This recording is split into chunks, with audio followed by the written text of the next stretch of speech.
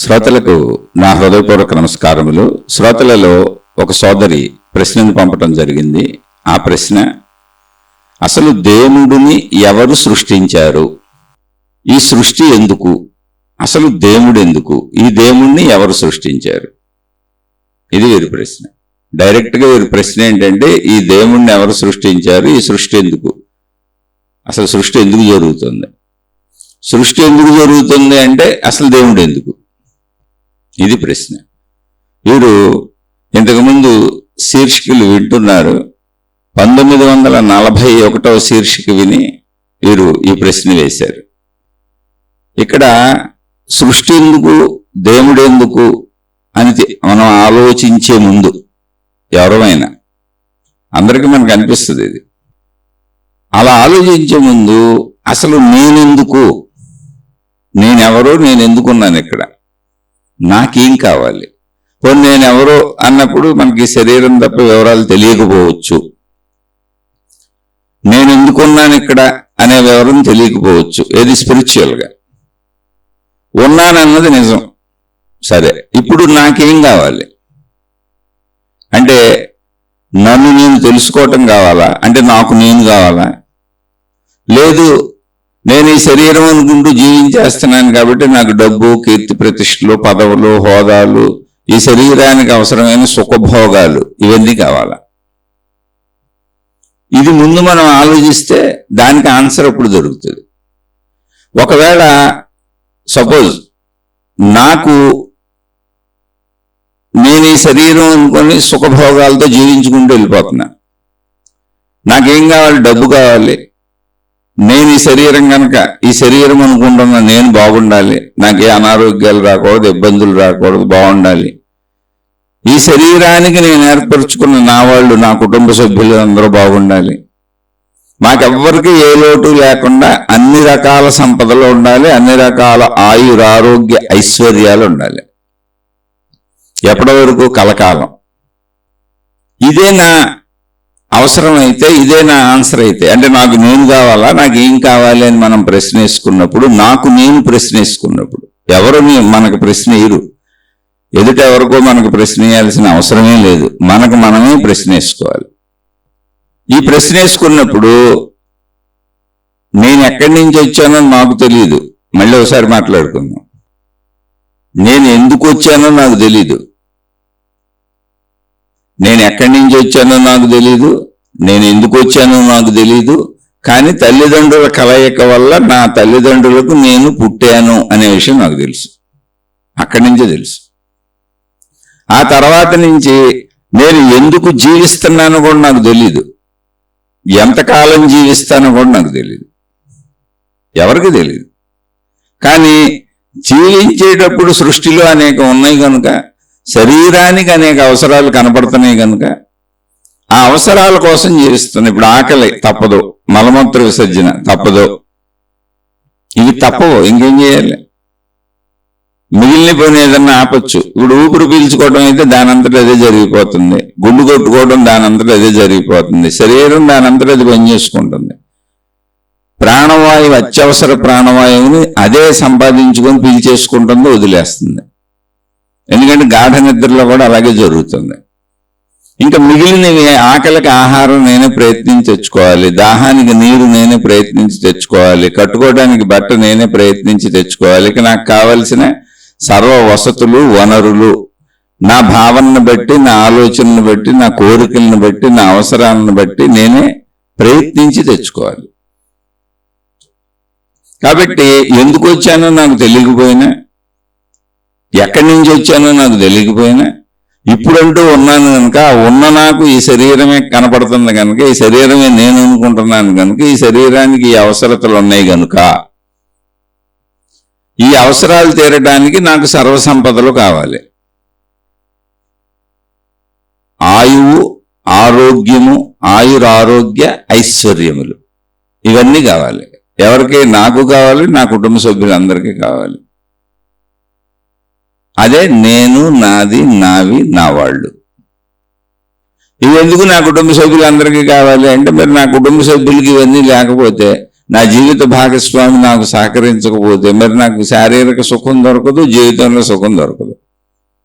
అలాగే నా కుటుంబ సభ్యులంటే మా శారీరక సుఖాల ద్వారా నాకు పుట్టినటువంటి పిల్లలు, ఒకవేళ నేను కొంచెం మంచివాడిని మంచిదాన్ని అయితే, నాలో ఆ సుగుణాలు ఉంటే, నాకు జన్మనిచ్చిన తల్లిదండ్రులు కూడా ఉంటారు నాతో. ఇప్పుడు దగ్గర ఒక 90% ఎవరు వాళ్ళని ఉంచుకోవట్లే, ఎవరికి వాళ్ళు విడివిడిగా బ్రతుకుతున్నారు, తల్లిదండ్రులను వదిలేస్తున్నారు వృద్ధాప్యంలో.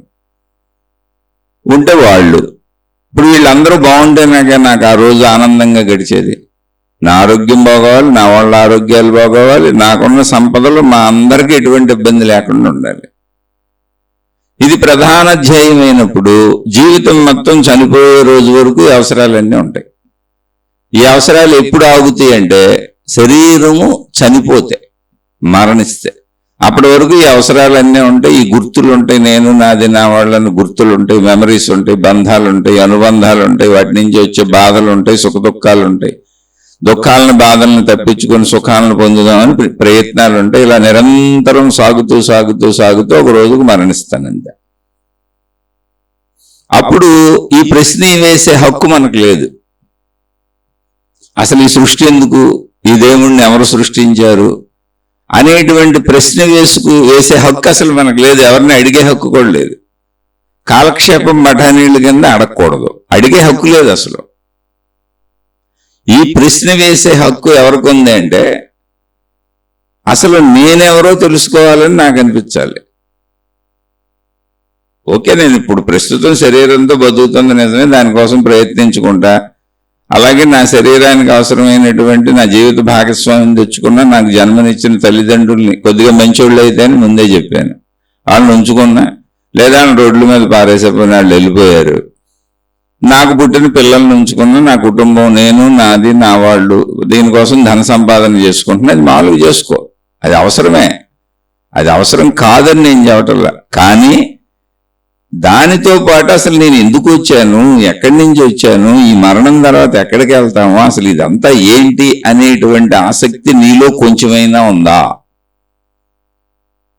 ఆ కొంచెమైనా ఆసక్తి ఉంటే దాన్ని జిజ్ఞాస అంటారు. అంటే తెలుసుకోవాలన్న జిజ్ఞాస అనేది జ్ఞానం నుంచి వచ్చిన పదం. ఆ జ్ఞానాన్ని తెలుసుకోవాలన్న ఆశ జిజ్ఞాస. ఆ జిజ్ఞాస ఉంటే అసలు ఏంటి మూలం అని ఉంటే అప్పుడు నా మూలం ముందు నాకు తెలియదు కనుక నేను పుట్టేటప్పటికే ఇక్కడికి వచ్చేటప్పటికే ప్రపంచంలో మతాలు ఉన్నాయి. నేను జన్మ తీసుకునేటప్పటికి మతాలు ఉన్నాయి. ఆ మతాలకు ఆధార దేవుడు ఉన్నాడు. నేను ఏదో ఒక ఇంట్లో పుట్టేశా, ఆ ఇంట్లో ఏదో ఒక మతాన్ని ఆచరిస్తున్నారు, ఏదో ఒక ఆ మతపు దేవుణ్ణి ఆరాధిస్తున్నారు, ఆ దేవతను ఆరాధిస్తున్నారు. ఎవరింట్లో ఏది ఉంటుంది, ఒకళ్ళైతే ఒకళ్ళు, అనేక మంది అయితే అనేక మంది ఆరాధించుకుంటూ వెళ్ళిపోతున్నారు. అంటే నేను పుట్టడంతోనే పలానా మతానికి చెందినవాడిని, చెందిన దాన్ని అయిపోయా. అక్కడ ఇంట్లో ఆచార సాంప్రదాయాలు, ఏ దేవుణ్ణి అనుసరిస్తున్నారు, ఏం పాటిస్తున్నారు, అవన్నీ నాకు సహజంగా నేర్పేశారు. ఏంటి, అన్నం తినటం ఎలాగో, బట్టలు కట్టుకోవటం ఎలాగో, బ్రతకటం ఎలాగో, అలాగే భగవంతుడిని బ్రతుకులో కలిపేశారు. రొటీన్గా భగవంతుడిని బ్రతుకులో కలిపేశారు. అంటే బోర్ల పట్టడం ఎలా నేర్చుకున్నాను, పాకటం ఎలా నేర్చుకున్నాను, నడవటం ఎలా నేర్చుకున్నాను, ఇతర జీవితానికి సంబంధించిన శారీరక ప్రక్రియలన్నీ ఎలా నేర్చుకున్నాను, తిండి తిప్పల నుంచి అన్ని అలాగే జీవితంలో కలిసిపోయింది. మతం దేవుణ్ణి కలిపేశారు. చిన్నప్పటి నుంచి నా ప్రమేయం లేదు, నాకు అసలు ఎంపిక లేదు, సత్యమా అసత్యమా అనేటువంటిది నాకు తెలియదు. అలా దేవుడు వచ్చేసాడు జీవితంలోకి, లేదా దేవత వచ్చేసింది. అది మతం ద్వారా జరిగింది. కాబట్టి ఇప్పుడు అసలు దేవుడు ఎందుకు, ఈ సృష్టి ఎందుకు అనేది ఆత్మజ్ఞాన శీర్షికలు వినటం వల్ల మనం ఊరుకునే సహజంగా ప్రశ్నేసాం తప్ప అది మన జిజ్ఞాసలోంచి పుట్టాలి. జిజ్ఞాసలోంచి పుట్టాలంటే చెప్పాను ఇందాక, ఆ అర్హత ఉండాలి. ఏంటి, నేను బ్రతుకుతాను, శరీరం ఉన్నది, బ్రతకాలి, ఆకలేస్తుంది, తినాలి, కుటుంబం ఉంది, పోషించుకోవాలి, ఇవన్నీ అవసరమే. శరీరపరమైన జీవితం అత్యద్భుతంగా జాగ్రత్తగా పెట్టుకోవాల్సిందే. నీ ఆర్థిక సంపాదన, నీ కుటుంబ జీవితం, నీ మానసిక శారీరక ఆరోగ్యాలు, కుటుంబిక ఆరోగ్యం, సామాజిక స్థితిగతులు, సమాజంలో అందరితో మంచిగా ఉంటూ అన్ని జాగ్రత్తగా ఉంచుకోవాల్సింది.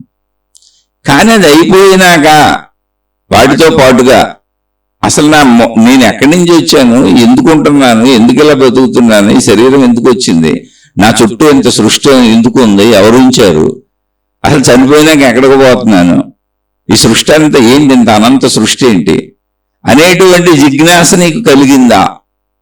కలిగితేనే ప్రశ్న వేయాలి. కాలక్షేపానికి ప్రశ్న వేయకూడదు. అసలు వేసినా నీకు సమాధానం రాదు. ఒకవేళ సమాధానం ఎవరైనా తెలియక చెప్పినా, మీరు కాలక్షేపానికి అడిగారని తెలియక చెప్పినా, అది మీకు భాషా పదాలుగా అక్షరాలుగా అర్థమవుద్ది తప్ప అనుభవంగా ఎప్పటికీ రాదు. ఎందుకంటే మీరు ఆ వైపు సాధన అసలు చేయరు.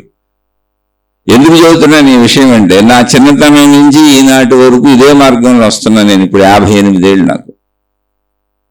నేను నా 16-17 ఏళ్ల వయసులోనే హిమాలయాల వరకు ప్రయాణాలు చేసి వచ్చాను. ఎక్కడ మహాత్ములు ఉంటే అక్కడికి, పుణ్యక్షేత్రాలు.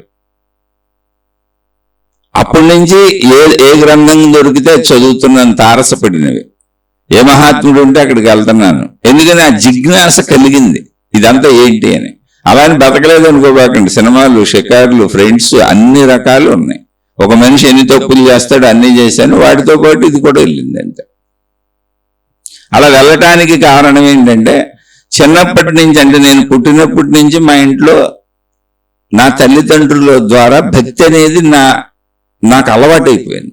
భక్తి నడుస్తుంది మా ఇంట్లో. పుణ్యక్షేత్రాలు తిరగటం, ఆ యాత్రలు చేయటం, తీసుకెళ్ళటం, చిన్నప్పటి నుంచి ఇదిగో దేవుడని చూపించటం, అలా ఇంట్లో చేయటం, బయట చూపించటం, ఇవన్నీ నడుస్తున్నాయి. దాని నుంచి ఆసక్తి ఇంకా కొంచెం పెరిగి, అబ్బో చాలా మంది గురువులు ఉన్నారు, చాలా మతాలు ఉన్నాయి, చాలా మార్గాలు ఉన్నాయి, అబ్బో చాలా పుణ్యక్షేత్రాల పేర్లు చెబుతున్నారని ఇంకొంచెం వయసు పెరుగుతున్న కొద్దీ, యవనం వస్తున్న కొద్దీ ఇటు సరదా తిరుగుళ్ళు తిరుగుతూనే ఈ సరదా తిరుగుళ్ళలో ఆ యాత్రలు కూడా కలిసిపోయినాయి. నలుగురు ఫ్రెండ్స్ ఉంటే ఒక చోటకి వెళ్ళిపోయేవాళ్ళం. ఏదో పుణ్యక్షేత్రానికి వెళ్ళి అదేంటో చూసి వచ్చేవాళ్ళం. ఓన్లీ సినిమాలు, షికారులు అన్ని మామూలుగా తిరిగేవాళ్ళం. ఏది వదిలిపెట్టింది లేదు, వైరాగ్యం అసలు లేదు. ఇప్పుడు కూడా వైరాగ్యం లేదు. కానీ శరీరపరమైన జీవితము, శరీరపరమైన ఆనందము, శరీరపరమైన సుఖభోగాలు, శరీరపరమైన అవసరాలు, శరీరపరమైన కుటుంబ వ్యవస్థ. ఇప్పుడు నాకు వివాహం అయిపోయింది, 58 ఏళ్ళు, భార్య, పిల్లలు ఉన్నారు, ఒక మగపిల్లడు, ఒక ఆడపిల్ల, అన్నీ ఉన్నాయి, అందరూ ఉన్నారు. వీటితో పాటు ఈ జిజ్ఞాస నాకు చిన్నప్పటి నుంచి ఉంది. ఇందులో కష్టపడింది ఏం లేదు. బోర్డు పుస్తకాలు దొరుకుతూనే ఉన్నాయి అవైలబుల్గా, అవన్నీ చదువుకుంటూ ఉండేవాడిని. ఎవరెక్కడ మహాత్ములు ఉన్నారంటే అక్కడికి వెళ్ళేవాడిని, వాళ్ళని చూసి వచ్చేవాడిని, అక్కడ విషయాలు తెలుసుకునేవాడిని. సంస్థలు ఉంటే అక్కడికి వెళ్ళేవాడిని, వాళ్ళు కట్టిన ఆశ్రమాల్లో, మఠాల్లో, పీఠాల్లో వెళ్ళేవాడిని. అక్కడ కొన్నాళ్ళు ఉండేవి ఏంటో చూసి వచ్చేవాడిని, అక్కడ వారి పద్ధతులు ఏంటో తెలుసుకునేవాడిని. అలా అనేక పుణ్యక్షేత్రాలు తిరిగేవాడిని, వాటి విశేషాలు ఏంటో తెలుసుకునేవాడిని. అంటే సరదాతోనే అవి కలిసి ముడిపడిపోయింది. దానికోసం ప్రత్యేకంగా చేసింది ఏం లేదు. మామూలుగా తిరిగే స్నేహాలు, స్నేహితులతోనే సినిమాలు, షికారులకు ఎలా తిరిగామో ఇక్కడ కూడా అలాగే తిరిగి తెలుసుకున్నాం అంతే. కానీ ఎదుగుతున్న కొద్ది జిజ్ఞాస పెరిగింది. ఆ జిజ్ఞాస కంటిన్యూ అవుతూ వచ్చింది. అది చిన్నప్పటి నుంచి నాకు తెలిసిన కాడి నుంచి, నా స్వతంత్రంగా నా అంతటి నేను ఒక ఊరు వెళ్ళగలిగిన స్థాయి వచ్చిన కాడి నుంచి, నా స్నేహితులతో నేను స్వతంత్రంగా తిరిగే స్థాయి వచ్చిన కాడి నుంచి ఇప్పటి వరకు అదే జిజ్ఞాస కంటిన్యూ అవుతుంది. అలానే అదే భౌతిక జీవితం కంటిన్యూ అవుతుంది. అలా వస్తూ వివాహం చేసుకున్నాను, పిల్లల్ని కన్నాను, చక్కగా భార్య పిల్లలు ఉన్నారు, చదువుకుంటున్నారు, పిల్లలు పెంచుకున్నాను, ధన సంపాదన చేశాను. సరే, ఏదో ఒక 5 సంవత్సరాల, ఇప్పటికి ఇది 6వ సంవత్సరం, జీవితకాల మౌనం అని పెట్టుకున్నాను. అది పెట్టుకోవడానికి కారణం ఆధ్యాత్మికత మీద ఆసక్తి కాదు, భక్తి కాదు, ఏదో పొందేద్దాం, తెలుసుకుందాం అనేటువంటి తీవ్రమైన తపస్సులు చేసేటువంటి గుణము కాదు. కుటుంబంలో వచ్చినటువంటి కలహాల వలన, నా కుటుంబ పెద్దలతో వచ్చినటువంటి కలహాల వలన, సరే ఎందుకులే మనం మాట్లాడటం, ఇంకా జీవితం ఇలాగే ఉంటుంది, ఎప్పుడు ఘర్షణలు, గొడవలు, ఇవి తెగట్లేదు, ముడిపడతలేదు, మనమే మౌనం పెట్టుకొని పక్కకి వెళ్ళిపోదాం. నా భార్యా పిల్లలతో పక్కకు వచ్చేసాను, జీవితకాల మౌనం పెట్టుకొని. దానివల్ల కొంచెం ఆర్థిక స్థితి దెబ్బతింది నాకు. ఇప్పుడు ప్రస్తుతం ఆర్థిక స్థితి, అంతకుముందు వ్యాపారాలు చేసినప్పుడు ఏముందో అదే, ఆ కుటుంబ సంబంధ వ్యాపారాలు మొత్తం అన్నీ నేనే చూసేవాడిని. కాబట్టి అదేదో కుటుంబం సొంతం, మా సొంతదే, దానికి అసలు వారసుడిని కూడా నేనే. కానీ అక్కడ పద్ధతులు, విధానాలు ఏమో మారినాయి. కాబట్టి అంత ప్లానింగ్ ఏముంటుంది, మన ఇంట్లో వాళ్ళతో మనకు గొడవలు వస్తాయని అనుకోం కదా. అందుకని నేనేం ప్లానింగ్ చేసుకోలేదు. అప్పుడున్నది ఏదో కొంచెం ఇల్లు కట్టుకొని దాచుకున్నాయో కొనుక్కున్నాయో బంగారు వస్తువులు ఇటువంటివి ఉన్నాయి.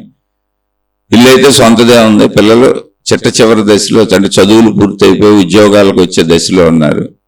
జీవితం అలా గడుపుకుంటున్నాను, ఉన్నాయి అమ్ముకు తింటున్నాం ప్రస్తుతం. ఇది సత్యం. అలాని చీకు చింత ఏమీ లేదు. మళ్ళీ కావాలంటే పని చేసుకుంటాను. నేనేం చేయగలను అది చేస్తాను. గతంలో అన్ని చేయగలిగిన ఇప్పుడు ఎందుకు చేయలేను? గతంలో కోట్ల వ్యాపారాలు చేశాను, అదే చేయగలను. కానీ ఆధ్యాత్మిక జిజ్ఞాస అప్పటి నుంచి ఇప్పటి వరకు కంటిన్యూ అవుతూ వచ్చింది. జిజ్ఞాస ఆధ్యాత్మికం కంటిన్యూ అవుతుందంటే నాలో ఏదో తీవ్ర వైరాగ్యాలు పెరిగిపోయినాయి అని అనుకోబాకండి. భౌతికం అద్భుతంగా ఉంది నాకు. భౌతికం అద్భుతంగా లేకపోతే పెళ్ళి ఎందుకు చేసుకుంటాను, పిల్లల్ని ఎందుకు కంటాను? ఇప్పుడు పిల్లలతో చాలా బ్రహ్మాండంగా తిరుగుతాను నేను. అంతా సమానంగా ఉన్నాయి. కానీ ఈ జిజ్ఞాస కూడా ఉంది. ఎందుకు ఉంది అంటే అది ఆల్రెడీ ప్రపంచంలో ఉంది. అక్కడ ప్రపంచంలో మతాలు ఉన్నాయి, దేవుళ్ళు ఉన్నారు, గురువులు ఉన్నారు, మహాత్ములు ఉన్నారు. ఎన్నో వందల వేల లక్షల కోట్ల పుణ్యక్షేత్రాలు ఉన్నాయి. అన్ని మతాలతోనూ తీసుకుంటే, అమరకట్ని తీసుకుంటే ప్రపంచవ్యాప్తంగా. ఒక పక్కన అసలు మతం గురించి దేవుడి గురించి వినపడనేది ఎక్కడుంది చెప్పండి ప్రపంచంలో? నువ్వు ఎంత మూలకెళ్ళి ఇల్లు కట్టుకున్నా అక్కడ నీకు ఏదో ఒక దేవుడి మాట వినపడతానే ఉంటుంది, ఏదో ఒక మైకు మోగుతానే ఉంటుంది, ఏదో ఒక ప్రార్థన ప్రేయరో నీకు వినపడతానే ఉంటాయి. కాబట్టి అది సంఘ జీవితంలో కలిసిపోయింది. దేవుడు అనేది, మతం అనేది సంఘ జీవితంలో కలిసిపోయింది. కలిసిపోయి ఉన్నా కూడా నాకు దేవుడు ఎంతవరకు, మతం ఎంతవరకు అంటే నేను బాగుండే అంతవరకు. నేను బాగుంటే చాలు, నా వాళ్ళు బాగుంటే చాలు. నేనని ఈ శరీర భావంలో నేను బాగుండి, నా శరీరం బాగుండి, నా మనసు బాగుండి, నేను నాది నా వాళ్ళు చక్కగా అన్నీ బాగుండి మాకు ఎప్పుడు అన్ని సమకూరిపోతా ఉంటే చాలు. దేవుడా అలా రక్షించు, అలా కాపాడు. అందరూ వెళ్తారు, మత ప్రార్థనాలయాలకు వెళ్తారు, చక్కగా వెళ్తారు, ప్రార్థనలు చేసుకుంటారు, వస్తారు. ఇదంతా ఏంటి? వాళ్ళ జీవితాల్లో దేవుడు లేడంటే ఉన్నాడు.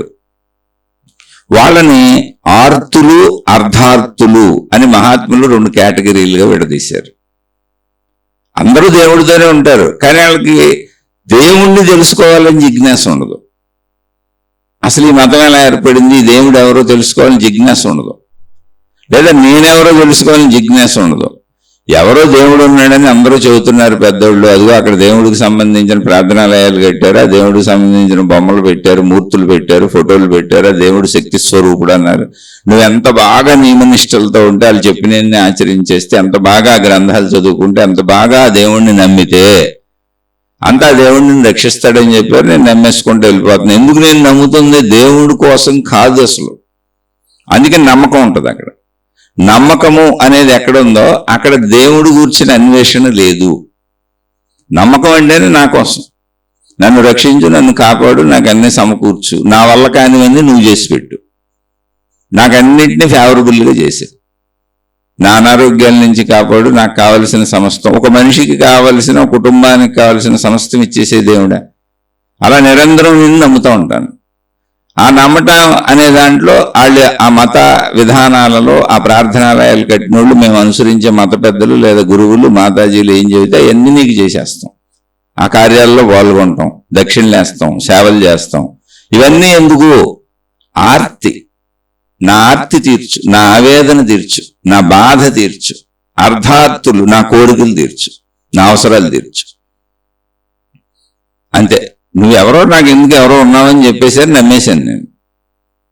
నమ్మకము అన్న చోట ఉండేది అవసరము, అంతే. అందుకని నమ్మండి నమ్మండి నమ్మండి అని చెప్పేవాళ్ళు కూడా ఏం చెబుతారు? మీరు పక్కనే చూడండి, ఈ దేవుడు ఇన్ని మహిమలు చేశాడు, ఈ గురువు ఇన్ని మహిమలు చేశాడు అనే మత ప్రచారకులు వాళ్ళ మహిమలు, ఆ దేవుడు చేసిన మహిమలు, వాళ్ళ ద్వారా, ఆ దేవుడి ద్వారా జరిగిన మహిమలు, ఆ గురువు ద్వారా, ఆ మత పెద్ద ద్వారా సభలు పెట్టి, సమావేశాలు పెట్టి వాటి నిరూపించి నమ్మమంటారు. అంతే తప్ప దేవుడు ఎవరైనా విశ్లేషణ నీకెవరో, నువ్వు ఎక్కడి నుంచి వచ్చావు, ఎక్కడికి వెళ్తావు, వీటితో పని లేదు. నీ కోరికలన్నీ దేవుడు తీర్చేస్తాడు. నువ్వు నమ్ము, నమ్మి మాకు డబ్బులు, మాకు సేవలు చేయి, మా ఫోటోలు పెట్టుకో, మమ్మల్ని పూజించు, మమ్మల్ని ఆరాధించు, మాతో పాటు మా దేవుణ్ణి కూడా ఆరాధించు, మా మతాన్ని అనుసరించు, మా సమూహంలో జాయిన్ అయిపో. మనంతా నమ్మక సమూహము, నమ్మక మతము. మన మతం పేరు నమ్మకం, మన మార్గం పేరు నమ్మకం, మనదంతా నమ్మక సమూహం. ఎలా సాగిపోదాం? మేము నిరంతరం నిన్ను నమ్మిస్తూ ఉంటాం, నువ్వు నిరంతరం నమ్మకాన్ని బలపరుచుకోవడానికి ప్రయత్నిస్తూ ఉండు. మన ఇద్దరి మధ్య సంబంధం నమ్మకం. దేవుడు కావచ్చు, ఆ మత పెద్ద కావచ్చు, ఆ మతం కావచ్చు, ఆ విధానం కావచ్చు. నమ్మకం ఎక్కడుందో అక్కడ పరిశీలన అసలు ఉండదు, అన్వేషణ అసలు ఉండదు, ఆలోచించడం అసలు ఉండదు. నమ్మకం అంటేనే ఆలోచన అనే తలుపు మూసేయటం. అందుకే వాళ్ళు నమ్మకం అన్న విధానాలన్నింటిలో వాళ్ళు ప్రచారం చేసేది మహిమలు, మాయలు, అద్భుతాలు. నువ్వు రక్షింపబడతావు అనేదాన్ని నీకు చెప్పాలి అంటే మహిమలు, మాయలు, అద్భుతాలు చూపించాలి. ఎవరెవరు రక్షింపబడ్డారు, ఎలా ఎలా రక్షింపబడ్డారు అనేటువంటివి దైవీపరమైన మహిమలు, మాయలు, అద్భుతాలుగా చూపించాలి. అవి మహిమలు, మాయలు, అద్భుతాలు అని ఎందుకు పిలువబడుతున్నాయి అంటే సహజ సామాన్యంగా అందరికీ ఒకేలా ఉండవు. ఇప్పుడు సూర్యుడు కనపడటం అందరికీ ఒకటే, సూర్య వెలుగు అందరికీ ఒకటే. కానీ ఆ మహిమలు, మాయలు, అద్భుతాల్లో దేవుడు మీకెవరికి కనపడ్డా మత పెద్దలతోనే మాట్లాడుతుంటాడు, ఆ మత పెద్దలకే డైరెక్షన్ ఇస్తుంటాడు, ఆ మత పెద్దలు మీకు చెబుతూ ఉంటారు. మీడియేటర్స్ అనమాట. వాళ్ళు చెప్పినట్టు మీరు వినాలి. మరి దేవుడు మీకు నిజంగా చెప్పాడా అండి, దేవత మీకు నిజంగా చెప్పిందా అండి, ఏమండి మాతాజీ గారు ఇది నిజమేనా, ఏమండి గురువు గారు ఇది నిజమేనా, ఏమండి మత పెద్ద గారు ఇది నిజమేనా అని నువ్వు అడగకూడదు. అందుకే ముందే నమ్మకం.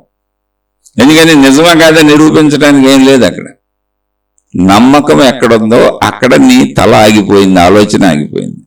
వాళ్ళు నీ తలకాయ తలుపులు మూసేశారు, నీలో ఆలోచన శక్తిని చంపేశారు, మూసేశారు. అందుకని అలా నమ్మకాలతో వెళ్ళే ప్రతి చోట వెళ్ళి వెతుక్కు చూడండి, మహిమలు, మాయలు, అద్భుతాలే ఉంటాయి. నువ్వు ఇచ్చేస్తే నీకు ఇది వస్తుంది, నువ్వు ఇచ్చేస్తే నీకు ఇది వస్తుంది. ఏదైనా సరే నీకు ఇది కావాలంటే ఇది చెయ్యి, ఎప్పుడు అదే ఉంటుంది. నువ్వు ఏదో ఒకటి చేస్తానే ఉండాలి. దాన్ని వాళ్ళని నిన్ను నమ్మిస్తూ ఉంటారు, నువ్వు నమ్ముతూ ఉంటావు. నీ వైపు నుంచి నమ్మకాన్ని పెంచుకోవడం నీ పని, నిన్ను నమ్మించడం వాళ్ళ పని. ఇంకా అక్కడ ఆలోచన ఉండదు. వాళ్ళ అసలు ఈ దేవుడేంటి, ఈ సృష్టి ఏంటి అనేటువంటి ప్రశ్నేసే హక్కు ఆ చెప్పేవాళ్ళకి లేదు, ఈ వినేవాళ్ళకి లేదు. నమ్మకంలో లేదు, హక్కు లేదు. ఎందుకని అసలు ప్రశ్నే పుట్టదు. కానీ నమ్మకంలో నమ్మటమే, ఉన్నాడు ఆ దేవుడని నమ్మేయటమే, ఆ గ్రంథం సంకలో పెట్టుకు తిరిగేయటమే, ఆ గురువు గారిని నెత్తి మీద పెట్టుకొని, ఆ మాతాజీ గారిని నెత్తి మీద పెట్టుకు ఊరేకటం ఈ మతం మాదని. తప్పని నేను చెప్పట్లా, జరుగుతున్నాయి. అయ్యి కావాలంటే మీరు చూసుకోండి. అందుకని మీరు అటువంటి కేటగిరీని ఏం చెప్పారు అంటే తప్పేం చెప్పలా, అది కరెక్టే. నీ బాధలు తట్టుకోలేక నువ్వు వెళ్ళొచ్చు, నీ కష్టాలు తట్టుకోలేక నువ్వు వెళ్ళొచ్చు, నీ ఇబ్బందులు తట్టుకోలేక నువ్వు వెళ్ళొచ్చు, నీ అవసరాలు తట్టుకోలేక నువ్వు వెళ్ళొచ్చు. తప్పే ఉంది అందులో. అయితే వాళ్ళని ఆర్తులు, అర్ధార్తులు అన్నారు. ఆర్తులు మా ఆవేదన తీర్చండి అని, మా బాధ తీర్చండి అని దేవుడి ముందు మొరపెట్టుకుని బోర్ను ఏడుస్తూ ఉంటారు. అలా ఏడ్చే సాంప్రదాయం ఉంది కొన్ని మతాల్లో. దేవుని దగ్గర ఏడవండి, ఆవేదన పెట్టుకు ఏడవండి. అర్ధార్థులు మా కోరికలు తీర్చండి, మా అవసరాలు తీర్చండి అని ఏడుస్తూ ఉంటారు. ఎప్పుడు దేవుణ్ణి అడుక్కోవటమే, ఒకటే మాట చెప్పాలండి, అడగటమే. లేకపోతే అడుక్కోవటం, నచ్చకపోతే అడగటమే. అప్పుడు ఎప్పుడు నన్ను రక్షించు, నన్ను కాపాడు, నన్ను నా వాళ్ళని కాపాడు అనేటువంటి ఆర్తులు, అర్ధార్థులకి అసలు తెలుసుకోవాలన్న భావన ఉండదు. ఈ దేవుడెవరో తెలుసుకోవాలన్న భావన ఉండదు. అయితే సహజంగా ఎక్కడైనా మళ్ళీ ఆత్మజ్ఞాన మార్గాలు వినపడి, ఈ ఆధ్యాత్మిక మార్గాలు వినపడి, ఆత్మజ్ఞాన చదువు కూడా పక్కనే సాగుతూ ఉంటుంది. ఎవరో ఒకళ్ళు దాన్ని వినిపిస్తూ ఉంటారు. ఆర్తులు, అర్ధార్థులు అని తెలియక ఒక్కోసారి అక్కడ కూడా ఈ సభల్లోనూ, ఈ ప్రవచనాల్లోనూ, ఈ పుస్తకాల్లోనూ వచ్చేస్తుంటాయి మధ్యలో. ఒకవేళ అలా ఎప్పుడైనా పొరపాటుని ఆత్మజ్ఞాన చదువు, ఆధ్యాత్మిక చదువు, ఆత్మశక్తి, బ్రహ్మము, విశ్వశక్తి, సృష్టి శక్తి, ప్రకృతి శక్తి, ఇలా శక్తి గురించి విని ఒకవేళ ఎలాంటి ప్రశ్న వేసిన అంటే ఆ మార్గాలలో ఆర్తులు, అర్ధార్థులుగా సాగేటువంటి మహిమలు, మాయలు, అద్భుతాలని నమ్మకం మతంలో, నమ్మక మార్గంలో, నమ్మక విధానంలో, నమ్మక పద్ధతిలో సాగేటువంటి వాళ్ళు పొరపాటుని ప్రశ్న వేసిన మనం చెప్పిన వాళ్ళు తీసుకోరు. ఎవరన్నా మహానుభావులు చెప్పినా తీసుకోరు. చెప్పేవాళ్ళు చాలా మంది ఉన్నారు, వాళ్ళు తీసుకోరు. అందుకే ఆత్మజ్ఞానం చదువు ఉండదుగా. ఎక్కడ చూడండి మత ప్రచారాలు ఉంటాయి, దైవ ప్రచారాలు ఉంటాయి. ప్రపంచవ్యాప్తంగా మత పెద్దల గురువుల పేరులతో కానీ, మాతాజీల పేరులతో కానీ, మత పెద్దలుగా మత ప్రచారాలు అన్ని మతాలలో చేసేవాళ్ళు కోట్ల మంది ఉన్నారు. ప్రార్థనాలయాలు కోటాను కోట్లు ఉన్నాయి. ఇందులో ఏవి ఆత్మజ్ఞానం చదువు అనే వైపు అసలు వెళ్ళవు. నమ్మండి, నమ్మండి, నమ్మండి, ఇదిగో నమ్మకానికి కాళ్ళు లేనివాడు నడిచేసాడు చూడండి అని కుర్చీలో నుంచి కాళ్ళు లేనివాడిని లేపి చూపిస్తాడు. మీకు కిడ్నీలో రాళ్ళు పడిపోయినాయి, క్యాన్సర్లు తగ్గిపోయినాయి, కళ్ళు వచ్చేసినాయి, మహిమల మాయల అద్భుతాలు అన్ని జరిగిపోయినాయి, గురువు గారిని నమ్ముకుంటే మా జీవితం బాగుపడిపోయింది. అలా రకరకాల ప్రచారాలు ఇవే. ఎందుకని నీకు కావాల్సింది కూడా అయ్యే కాబట్టి. కాబట్టి ఇప్పుడు నువ్వు ఎక్కడి నుంచి ప్రశ్న అడుగుతున్నావని మనకు మనం ప్రశ్న వేసుకోవాలి. మనకు మనం ప్రశ్న వేసుకున్నప్పుడు ఈ ఆర్తులు అర్ధార్థులు అనేది అవసరమే. శరీరపరమైన జీవితం ఎవరికైనా అవసరమే. జీవన్ముక్తులకు కూడా అన్నం కావాలి, అందులో తప్పేం లేదు. కానీ దానితో పాటు జిజ్ఞాస ఉందా, తెలుసుకోవాలని ఆసక్తి ఉందా? అసలు నేను ఎవరిని, ఎక్కడి నుంచి వచ్చాను, ఎందుకట్ట పుట్టి పెరుగుతున్నాను, ఎందుకు చనిపోతాను, ఈ మనుషులందరూ చనిపోవటం ఏంటి, జంతువులు చనిపోవటం ఏంటి, సృష్టిలో అనేకం చనిపోతున్నాయి, అనేకం పుడుతున్నాయి. పుట్టక ముందు ఎక్కడి నుంచి వస్తున్నాయి, చనిపోవడం అనేది చనిపోయినాక ఎక్కడికి పోతున్నాయి, ఈ ప్రాసెస్ అంతా ఎవరు నడుపుతున్నారు, ఇంత సృష్టిని ఎవరు నడుపుతున్నారు, మనకు కావలసినవన్నీ ఉన్నాయి, అన్నింటికీ కావలసినవన్నీ ఇక్కడ ఉన్నాయి అనేటువంటి మూలాన్ని తెలుసుకుందామనే జిజ్ఞాస ఉందా? ఉంటే ప్రశ్న నీకు నువ్వే వేసుకుంటావు. దానికి సమాధానాలు ఆత్మజ్ఞాన చదువు, ఆధ్యాత్మిక చదువు ఎంతోమంది చెప్పారు. అందుకని ముందు ప్రశ్నకి అర్హత ఉందా, ఇది అందరూ తెలుసుకోవాలి. నేను సరదాగా వింటున్నానండి, ఊరికనే కాలక్షేపానికి వింటున్నాను, ఎందుకంటే నాకు ఏదో అది కూడా వినపడింది. నేను ఆర్తుడిని, నేను అర్ధార్థుడిని, నేను ఆర్తురాలిని, నేను అర్ధార్థురాలిని. అంటే మా బాధల కోసం, మా అవసరాల కోసం, మా కోరికల కోసం మేము దేవుడి దగ్గరికి, మతం దగ్గరికి, గురువుల దగ్గరికి, జ్ఞాన గ్రంథాల దగ్గరికి వచ్చాం. ఎందుకంటే అవి చదివితే పుణ్యం అని చెప్పారు, పారాయణలు పుణ్యం అన్నారు, అందుకు వచ్చాం. కోరికలు తీరుతాయి అన్నారు, పెళ్లిళ్ళు అవుతాయి అన్నారు, ఉద్యోగాలు వస్తాయి అన్నారు, ఆరోగ్యం సమకూరుతుంది అన్నారు, అందుకు వచ్చాము. ఆ వచ్చినప్పుడు ఎక్కడో మధ్యలో ఆత్మజ్ఞానం అని అక్కడక్కడ తగులుతుంది, వినపడుతుందని అందుకని సరదాగా ప్రశ్న వేసాము. అంటే చెప్పినా మీకు అర్థం కాదు, అర్థమైనా మీరు ఆచరించలేరు. కాబట్టి ఆ ప్రశ్నకి వదిలేసుకెళ్ళిపోవటం. ఇటువంటి వాళ్ళందరూ వదిలేసి వెళుతున్నారు. కాబట్టి ఆధ్యాత్మిక చదువు, ఆత్మజ్ఞానం చదువు చదివేవాళ్ళు కోటాను కోట్లలో 10 మంది 20 మంది మాత్రమే ఉంటారు. అందుకే జీవన్ముక్తులు తరతరాలు మీరు వెతికి చూస్తే ప్రతి తరంలోనూ అక్కడక్కడ ఇప్పుడు 850 కోట్ల మంది జనాభా ప్రపంచవ్యాప్తంగా ఉంటే 85 మంది జీవన్ముక్తులు ఉంటారో లేదా అనేది అనుమానం ఇప్పుడు. అలా ఎప్పుడు కాలంలో ఉన్నారు జీవన్ముక్తులు, కానీ కోటికొకడైనా ఉన్నాడా లేదా అనేది. ఎందుకని? వాళ్ళు స్త్రీలైనా కావచ్చు, పురుషులైనా కావచ్చు. ఎందుకని అంటే ఆ ఆసక్తి అసలు పుట్టి వెళ్ళేవాళ్లే తక్కువ, ఆత్మజ్ఞానం చదివేవాళ్లే తక్కువ. చదివినా మళ్ళీ దాన్ని సాధన చేసి ఆ స్థితిని పొందేవాళ్ళు చాలా తక్కువ పర్సెంటేజ్. ఆర్తులు అర్ధార్థులు మొత్తం ప్రపంచవ్యాప్తంగా ఉన్న వాళ్ళందరూ వాళ్ళే. అందుకే మత ప్రచారాలు, దైవ ప్రచారాలు, గురు ప్రచారాలు, సమూహాలు, గొడవలు, గోళ్ళు, కొట్టుకోవటాలు, మా మతమే గొప్ప, మా దేవుడే గొప్ప అనేవన్నీ ఆర్తులు అర్ధార్థుల ద్వారా ఏర్పడుతున్నాయి. అవి జరుగుతూనే ఉంటాయి. ఇప్పుడు ఈ ప్రశ్నకు వచ్చేటప్పటికి మాత్రం మీరు జిజ్ఞాసువులై ఉండాలి, ముముక్షువులై ఉండాలి. ఈ కేటగిరీని ఏమన్నారంటే జిజ్ఞాసువులు అంటే మొట్టమొదటిది అసలు జిజ్ఞాస, ఇదంతా ఏంటి అని ఆసక్తి, అది తెలుసుకుందాం అనిపించాలి. ఫస్ట్ది వీళ్ళు ఫస్ట్ స్టేజ్ వాళ్ళు జిజ్ఞాసువులు.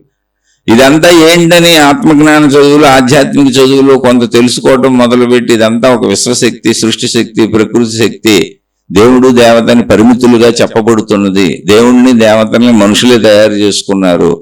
ఎందుకంటే ఆలంబన కోసం, సాధనా సౌకర్యం కోసం, మనో ఆలంబన కోసం రూపంతో ఉన్న మనుషులు రూపాకృతిలో దేవుణ్ణి దేవతల్ని తయారు చేసుకున్నారు. కానీ ఒరిజినల్గా అది విశ్వశక్తి, దైవశక్తి, సృష్టి శక్తి, ప్రకృతి శక్తి, అది శక్తి అనేటువంటి తత్వం తెలిసినాక ఈ దేవుళ్ళు దేవతలను తెలుసుకుంటూ ఆ శక్తినేంటో తెలుసుకుందాము అనే భావన వస్తే, అంటే దేవుళ్ళు దేవతల స్థితి దాటి ఇక్కడ దాకా జిజ్ఞాసువులాళ్ళు, ఆ స్థితి దాటి ఆ శక్తినేంటో తెలుసుకుందాము, అసలు నేను ఆ శక్తి అనే చెబుతున్నారు, అది కూడా చెప్పబడుతుంది అక్కడ అన్నప్పుడు వాళ్ళు ముముక్షువులు అని పిలువబడతారు. వాళ్ళకి పేరు పెట్టారు, మహాత్ములు పెట్టిన పేర్లు. ముముక్షువులు అంటే మోక్షాపేక్షతో ముందుకెళ్తున్నారు. జ్ఞానాన్ని అందుకు తెలుసుకుంటున్నారు. అంటే ఆ శక్తి నేను ఆ శక్తినే, నేను కూడా సృష్టిలోనే ఉన్నాను కదా, ఆ శక్తి నేనే అని తెలుసుకొని మోక్షాన్ని పొందుతారు. అందుకోసం వాళ్ళు దైవాలో, మతాలో, గురువులో, మార్గాలో, ఆత్మజ్ఞాన చదువు, ఆధ్యాత్మిక చదువు వెళ్తుంది వాళ్ళు. అందుకు ముందు జిజ్ఞాసతో ప్రయాణించారు, తర్వాత నేను దాన్ని పొందాలి ఆ స్థితిని ప్రయాణిస్తున్నారు. అలా జిజ్ఞాసతో ప్రయాణించి తెలుసుకోవాలన్న వాళ్ళని జిజ్ఞాసువులు అంటారు. ఆ జిజ్ఞాసలోంచి నేను దాన్ని పొందాలి, ఆ స్థితిని నేను పొందాలి అనే ప్రయత్నంతో జీవించే వాళ్ళని ముముక్షువులు అంటారు. ఇప్పుడు ఈ ప్రశ్న జిజ్ఞాసువులు వేయాలి, ముముక్షువులు వేయాలి. అసలు ఈ దేవుణ్ణి దేవతల్ని ఎవరు సృష్టించారు? అంటే మనుషులే సృష్టించుకున్నారు. ఎందుకు సృష్టించుకున్నారు అంటే ప్రకృతి శక్తులన్నింటినీ మనకు తెలియకుండా వర్షం పడుతుంది. ఆదిమ మానవుడికి వర్షం ఎందుకు పడుతుందో తెలియదు. ఇప్పుడంటే మనకు సైన్స్ చెప్పింది. సైన్స్ చెప్పడం వలన వర్షం ఎందుకు పడుతుందో ఎలా పడుతుందో అర్థమైంది మనకి. సైన్స్ చెప్పిన దాంట్లో ఏంటి, సూర్యుడు వేడికి భూమి మీద ఉన్నటువంటి నీరు, సముద్రాల్లో నీరు ఆవిరయ్యి పైకెళ్ళి మేఘరూపం ధరించి ఆ మేఘాలు గాలికి కదపబడి అవి కదులుతూ ప్రయాణించి మేఘాలన్నీ వాటికి ఆకాశంలో సానుకూల పరిస్థితులు ఏర్పడినప్పుడు మేఘాలలో ఉన్నది ఆవిరైన నీరే గనుక మళ్ళీ ఆ ఆవిరి నీరుగా మారిపోయి కిందకి భూమి మీదకు వర్షిస్తుంది. అయితే సముద్రపు నీరంతా ఉప్పు నీరు, ఉప్పు ఘన పదార్థం. ఆవిరి అవ్వటం అంటే ఘన పదార్థం కింద ఉండిపోయి ఒట్టి నీరు ఆవిరి అయింది, ఘన పదార్థం ఆవిరి అవ్వదు. కనుక ఇప్పుడు అది ఉప్పు లేని నీరు అయింది. ఆవిరయ్యి మేఘములైంది ఏంటి, ఉప్పు లేని నీరు. ఆ నీరు వర్షించినప్పుడు ఉప్పు లేని నీరు వర్షించింది భూమి మీద, దాన్నే మంచినీరు అన్నారు. మంచినీరు అంటే మనం ఉపయోగించుకోవడానికి ఉపయోగపడేది అని. దానివల్ల మొక్కలు పెరగటం, మనుషులు బతకడం, జంతువులు బతకడం జరుగుతుంది. ఇది ఆదిమ మానవుడికి తెలీదు. సూర్యుడు రావటం ఏంటో, వెళ్ళటం ఏంటో, చీకటి పట్టడం ఏంటో, వెలుగవటం ఏంటో ఇదంతా తెలీదు. ఇది సైన్స్ చెప్పిన తర్వాత సూర్యుడు అని మరి భూమి గుండ్రంగా చుట్టూ తిరుగుతుంది. తన చుట్టూ తాను 1600 కిలోమీటర్ల స్పీడ్లో తిరుగుతుంది. సూర్యుడు చుట్టూ 1,00,000 కిలోమీటర్ల పైన స్పీడ్లో తిరుగుతుంది. భూమి గుండ్రంగా ఉంది, గోళాకృతిలో గుండ్రంగా బంతిలాగా ఉండటం వలన, అది తిరుగుతూ ఉండటం వలన సూర్యుడి వైపు ఉన్న భాగం మీద వెలుతురు పడుతుంది. మళ్ళీ అది తిరుగుతూ ఉండటం వలన సూర్యాస్తమయం అయినట్టు, సూర్యోదయం అయినట్టు మనకు అనిపిస్తుంది. మళ్ళీ ఆ భాగం తిరుగుతూ ఇటువైపు వచ్చినప్పుడు సూర్యుడి వైపు ఉన్న భాగంలో వెలుతురు ఉంటుంది, ఇటువైపు వచ్చిన భాగానికి చీకటి అవుతుంది. మళ్ళీ అది తిరుగుతుంది కనుక చీకటి భాగం అటువైపు వెళ్తుంది, మళ్ళీ ఇటువైపు వెలుగున్న భాగం చీకటి వైపు వస్తుంది. అలా పగలు రాత్రి ఏర్పడిన తర్వాత కాలం ఏర్పాటు చేశారు. కాలాన్ని ఇలా ఆదిమ మానవుడికి ఇవన్నీ తెలియక ఏదో అద్భుతాలు జరిగిపోతున్నాయని భావించాడు సత్యం తెలియనప్పుడు. ఆ భావనలో దీన్నంతా ఎవరో చేస్తున్నారు, ఎవరో వెలుగును పంపుతున్నారు, ఎవరో చీకటిని పంపుతున్నారు, ఎవరో వర్షాన్ని పంపుతున్నారు, ఎవరో ఎండను పంపుతున్నారు, ఎవరో చలిని పంపుతున్నారు. ఇలా ప్రకృతి మార్పులన్నింటినీ, భౌగోళిక పరిస్థితుల మార్పులన్నింటినీ ఎవరో చేస్తున్నారు అని అనుకున్నాడు. ఎందుకని, మనిషి అన్ని చేస్తాడు కాబట్టి. చేయకుండా మనిషికి ఏది దొరకదు కాబట్టి. కార్యకారణ సంబంధం ఉంది అనే భావన మనిషి హృదయంలో ఎప్పుడూ ఉంటుంది. ఎందుకని, మనిషి అన్ని కార్యకారణ సంబంధంతోనే పనిచేస్తాడు.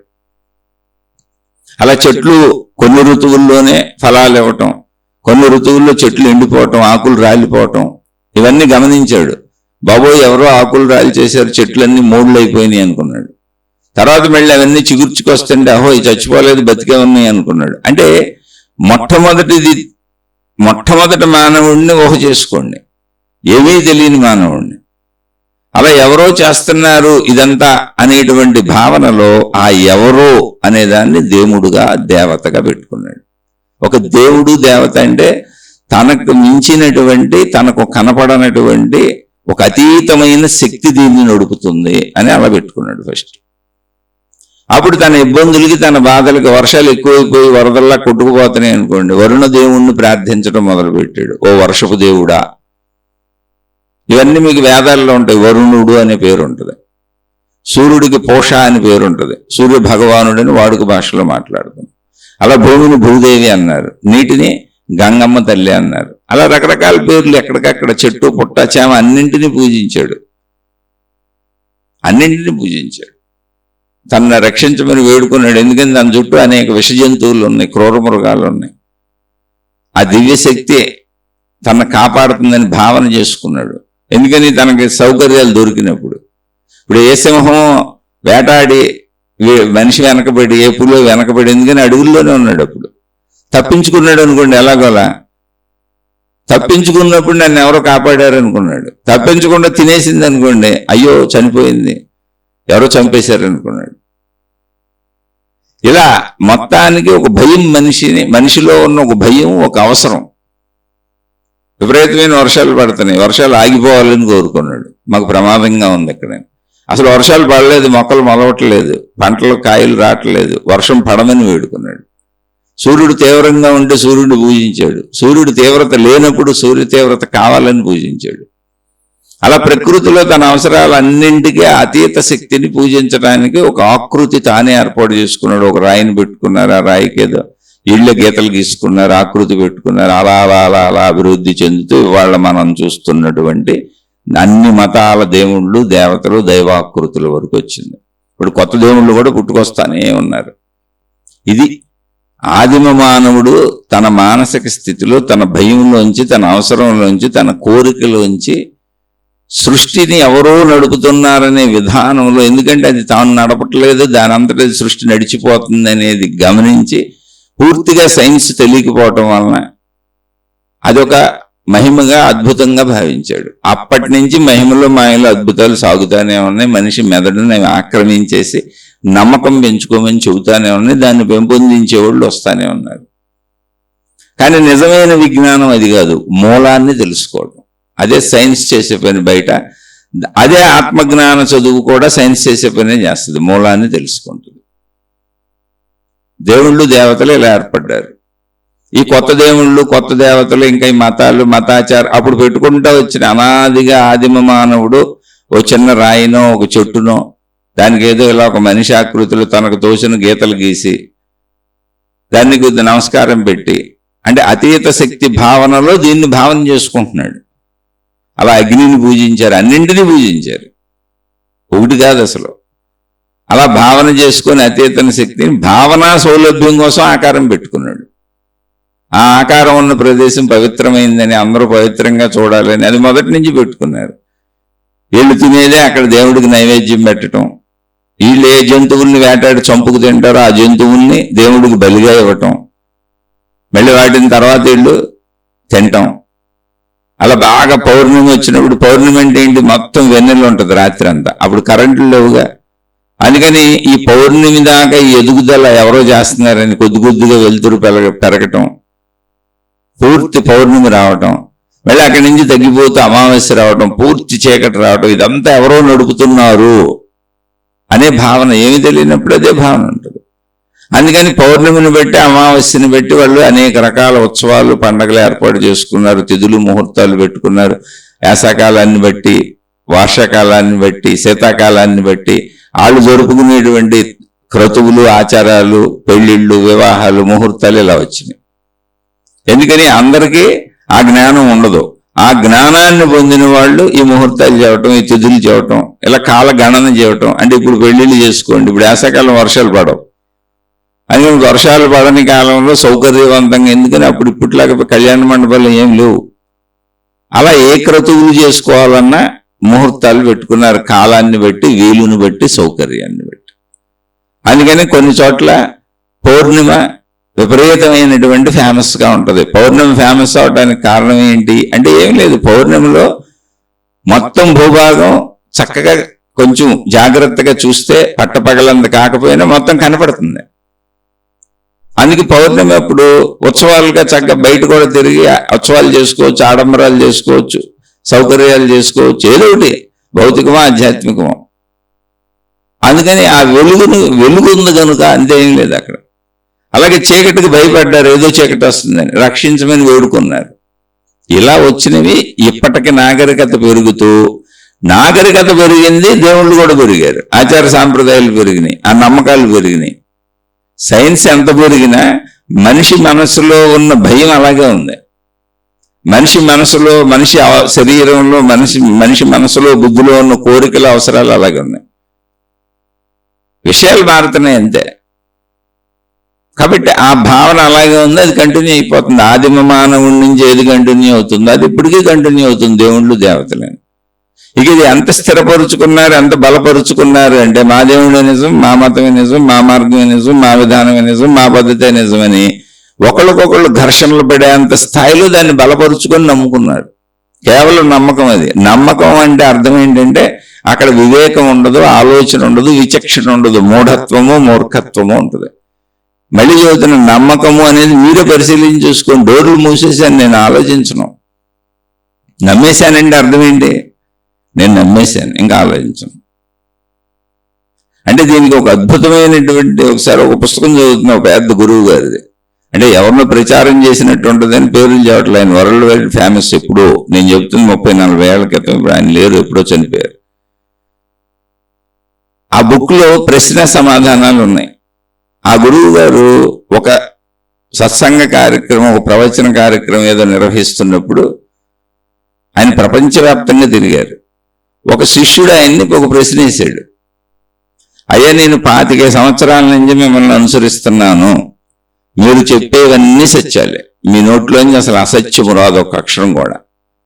25 సంవత్సరాల నుంచి మీరు ఎక్కడ ఏ కార్యక్రమం పెట్టినా, మీరు ఎక్కడ ఏ ప్రదేశానికి వచ్చినా మిస్ అవ్వకుండా అన్ని వచ్చాను, మిమ్మల్ని చూస్తానే ఉన్నాను, మీరు నాకు దేవుడితో సమానం.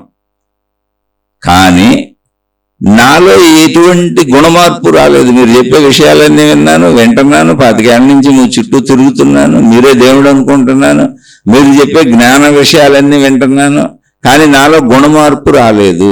మీరంటే విపరీతమైన భక్తి ఉంది, మీరే దేవుడు. అసలు ఒక్కసారి కూడా మిమ్మల్ని మిస్ అవ్వలే. నేను 25 సంవత్సరాలలో మిమ్మల్ని చూసే అవకాశం, మీరు కార్యక్రమాలు పెట్టిన చోట వచ్చే అవకాశం ఏది నేను మిస్ అవ్వలే.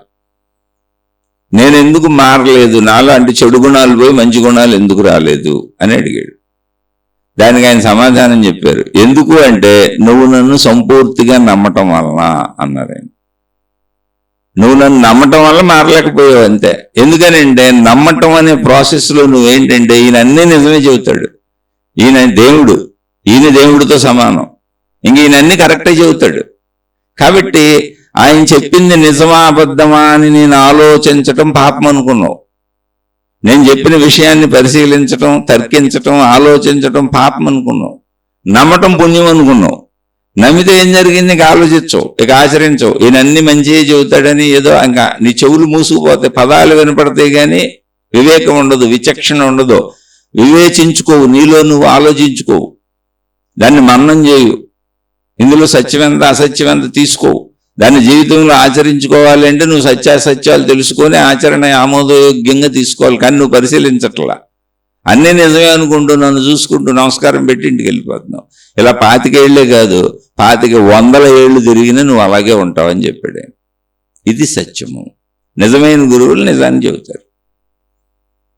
నమ్మకము అనేది అంత అసలు ఉపయోగం లేదు. నమ్మకం గొప్పతనం అనుకోబాకండి, నమ్మేయటం ఒక పెద్ద అద్భుత కార్యం అనుకోబాకండి. నమ్మటం అంటే ఏంటంటే, నేను మూఢుడు, నేను మూఢురాల్ని, నేను మూఢుడిని, నేను మూర్ఖుడిని, నేను మూర్ఖురాల్ని, నాకు నేనే చెప్పుకోవడం. ఎందుకని? ఆలోచించను నేను అని.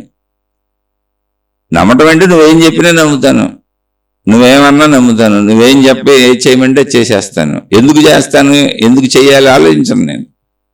ఆలోచించకపోతే ఇంకేముంది, అది ఇప్పుడు గుడ్డొచ్చి చేలో పడినట్టేగా.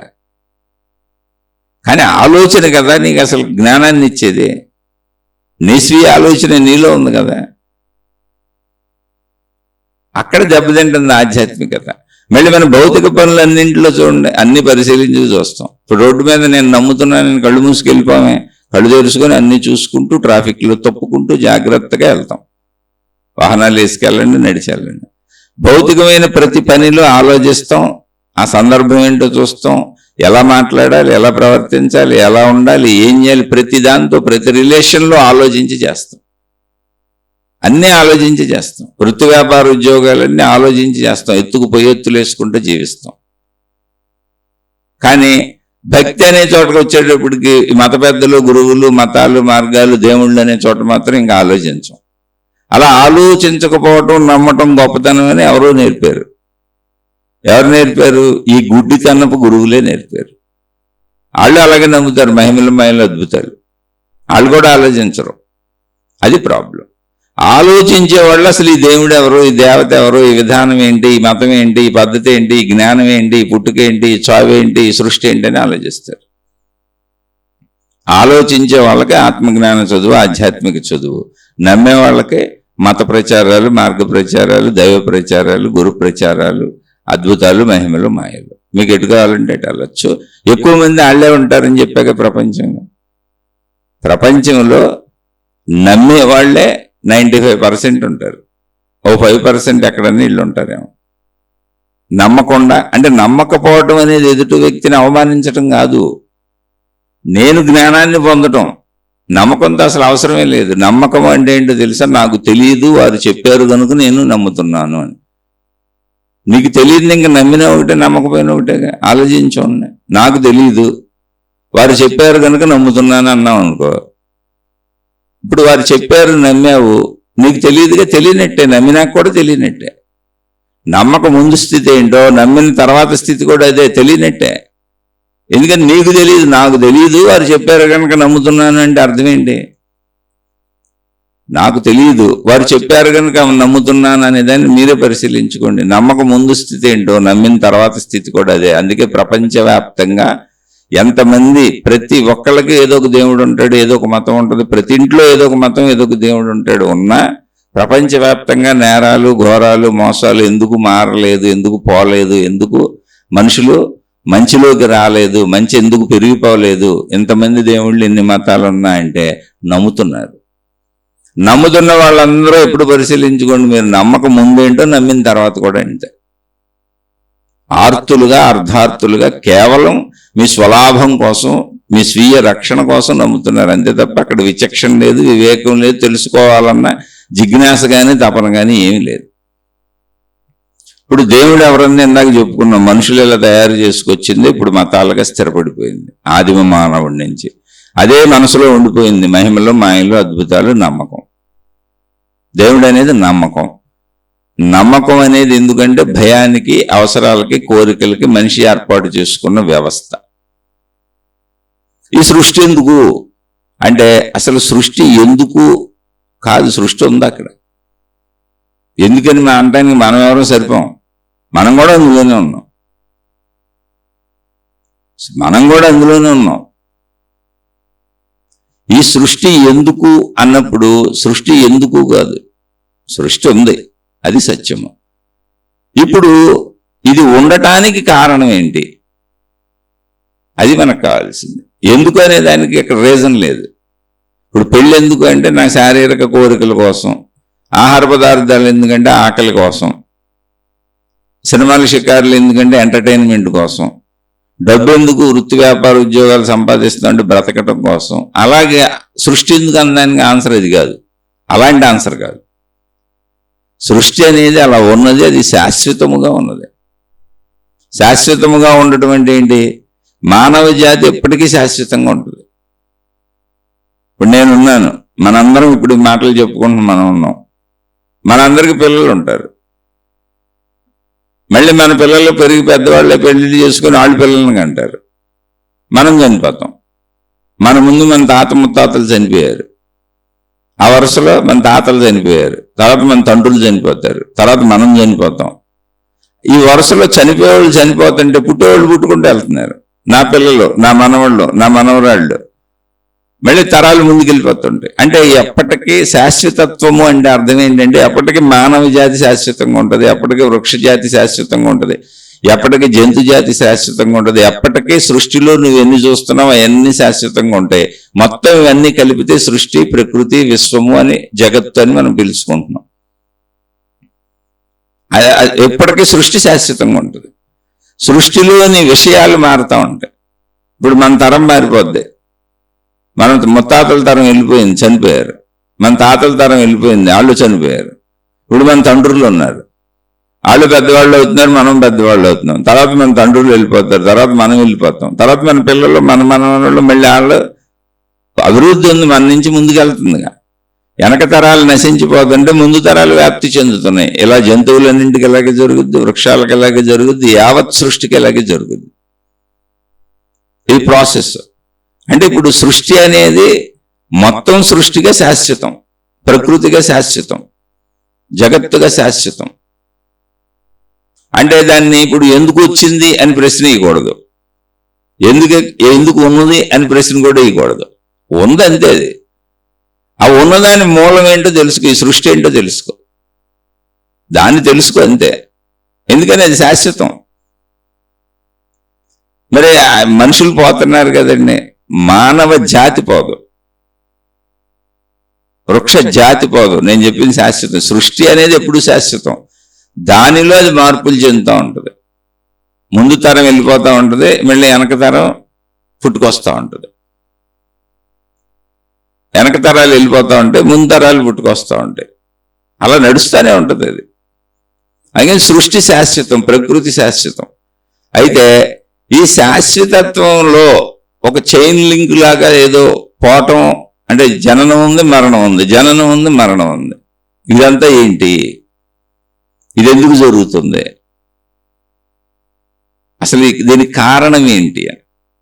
ఇప్పుడు సృష్టి ఎందుకు ప్రశ్న వేసామంటే అసలు ఈ గందరగోళం అంటే ఏంటి, గోళంటే సృష్టి లేకపోతే ఏమి ఉండేది కాదు కదా అని. సృష్టి ఎందుకు అంటే సృష్టి ఎవరు చేయలే. అప్పడాలు ఒడియాలు చేసినట్టు సృష్టిని ఎవరు చేయలే. మన వంటలో కూరగాయలు వండుకున్నట్టు, బట్టలు తయారు చేసినట్టు, చెప్పులు తయారు చేసిన సృష్టిని ఎవరు తయారు చేయట్లే. సృష్టి సహజము, దానంతటది ఉంది అక్కడ, దానంతటది ఉంది. దానంతటది ఉన్న దాంట్లో ఈ జనన మరణాలు జరుగుతున్నాయి. అవి కూడా సహజము. జనన మరణాలు కూడా వాటంతటా జరుగుతున్నాయి, ఎవరు తయారు చేయట్లే. మరి ఏంటి ప్రాసెస్? ఇదంతా ఏంటంటే అప్పుడు దాని గురించి తెలుసుకో, అంతే. అది తెలుసుకోవటమే తప్ప ఎందుకనే ప్రశ్నకి లేదు అక్కడ. ఎందుకంటే మనం చేసింది కాదు, ఎవరో చేసింది కాదు. ఎవరైనా ఏదైనా చేస్తే ఎందుకు చేసావని అడగచ్చు. ఎందుకని ప్రశ్న ఎప్పుడు వస్తుందంటే నేను ఏమైనా చేశాను అనుకోండి, ఇది ఎందుకు చేసావా అని మీరు ప్రశ్నించవచ్చు. ఎవరైనా ఏదైనా చేశారనుకోండి, అప్పుడు ప్రశ్నించవచ్చు, ఎలా ఎందుకు చేసావని. అసలు అక్కడ ఉన్నది అదే, మొదటి నుంచి ఉన్నది అదే, చివరి వరకు ఉండేది అదే. అది శాశ్వతము. మనమే వచ్చిపోతున్నాం. ఇప్పుడు ఈ సృష్టి ఎందుకు అన్న మనం వచ్చాం పోతాం, కానీ సృష్టి ఎప్పుడు ఉంటుంది? సృష్టి ఎప్పుడు ఉంటుంది అంటే మానవ జాతి ఎప్పుడు ఉంటుంది, వృక్ష జాతి ఎప్పుడు ఉంటుంది, జంతు జాతి ఎప్పుడు ఉంటుంది, ప్రకృతి అంతా ఎప్పుడు ఉంటుంది, సృష్టి అంతా ఎప్పుడు ఉంటుంది, విశ్వం అంతా ఎప్పుడు ఉంటుంది. అయితే మరి ఉన్నదాన్ని ఏం చేయాలి? ఎప్పుడు ఉండేది కదా. కాబట్టి ఎందుకు అనడానికి సరిపోదు. ఎందుకు అనేది ఎవరైనా క్రియ చేస్తుంటే ఈ క్రియ ఎందుకు చేశావు, ఎందుకని వారు చేయటం వల్ల ఇది ఉంది కనుక అని ఎందుకని ప్రశ్నించవచ్చు. కాదు, అది ఉన్నది, ఉన్న స్థితి అది. అప్పుడు ఉన్నదాన్ని అర్థం చేసుకోవాలి. ఇది ఎందుకు ఇలా ఉన్నది, దీనిలో ఎందుకు ఇలా జరుగుతున్నది, ఎందుకని జరుగుతుందని గమనించవచ్చు, దాన్ని గమనించవచ్చు. ఎందుకు అలా జరుగుతున్నది, ఎందుకు అలా ఉన్నది. అప్పుడు ఎందుకు అలా ఉన్నది అని గమనించినప్పుడు మహాత్ములు కనుగొన్నదే ఆత్మజ్ఞాన చదువు, ఆధ్యాత్మిక చదువు. ఈ సృష్టి, మనకి కనబడుతున్న సృష్టి శరీరపరమైనటువంటి సృష్టి. అంటే మనకి శరీర భావంలో కంటికి ఇది ఇలా కనపడుతుంది, చెవికి ఇలా వినపడుతుంది, ముక్కుకి ఇలా వాసనకు దొరుకుతుంది, స్పర్శకి దొరుకుతుంది, రుచికి దొరుకుతుంది. ఇలా సృష్టిని మనం గమనించి అనుభవిస్తున్నాం. అందుకని ఇది ఇలా ఉందని నమ్ముతున్నాం. ఇలా కనపడుతున్న సృష్టికి ఆధారముగా శక్తి ఉన్నది అని తెలిసింది మహాత్ములు. శక్తి, దాన్ని అప్పుడు సృష్టి ప్లస్ శక్తి, సృష్టి శక్తి, విశ్వము ప్లస్ శక్తి, విశ్వశక్తి, ప్రకృతి ప్లస్ శక్తి, ప్రకృతి శక్తి, జగత్తు ప్లస్ శక్తి, జగత్ శక్తి. ఈ శక్తి వలన సృష్టి ఉన్నది. మరి శక్తి ఏదండి మాకు కనపడతలేదు అంటే అది సూక్ష్మాతి సూక్ష్మమైనది, అందువలన కనపడట్లేదు. మరి మీరు చెబితే ఎలా నమ్మాలండి? సూక్ష్మాది సూక్ష్మమైంది రైటే, మరి అది కనపడతలేదుగా.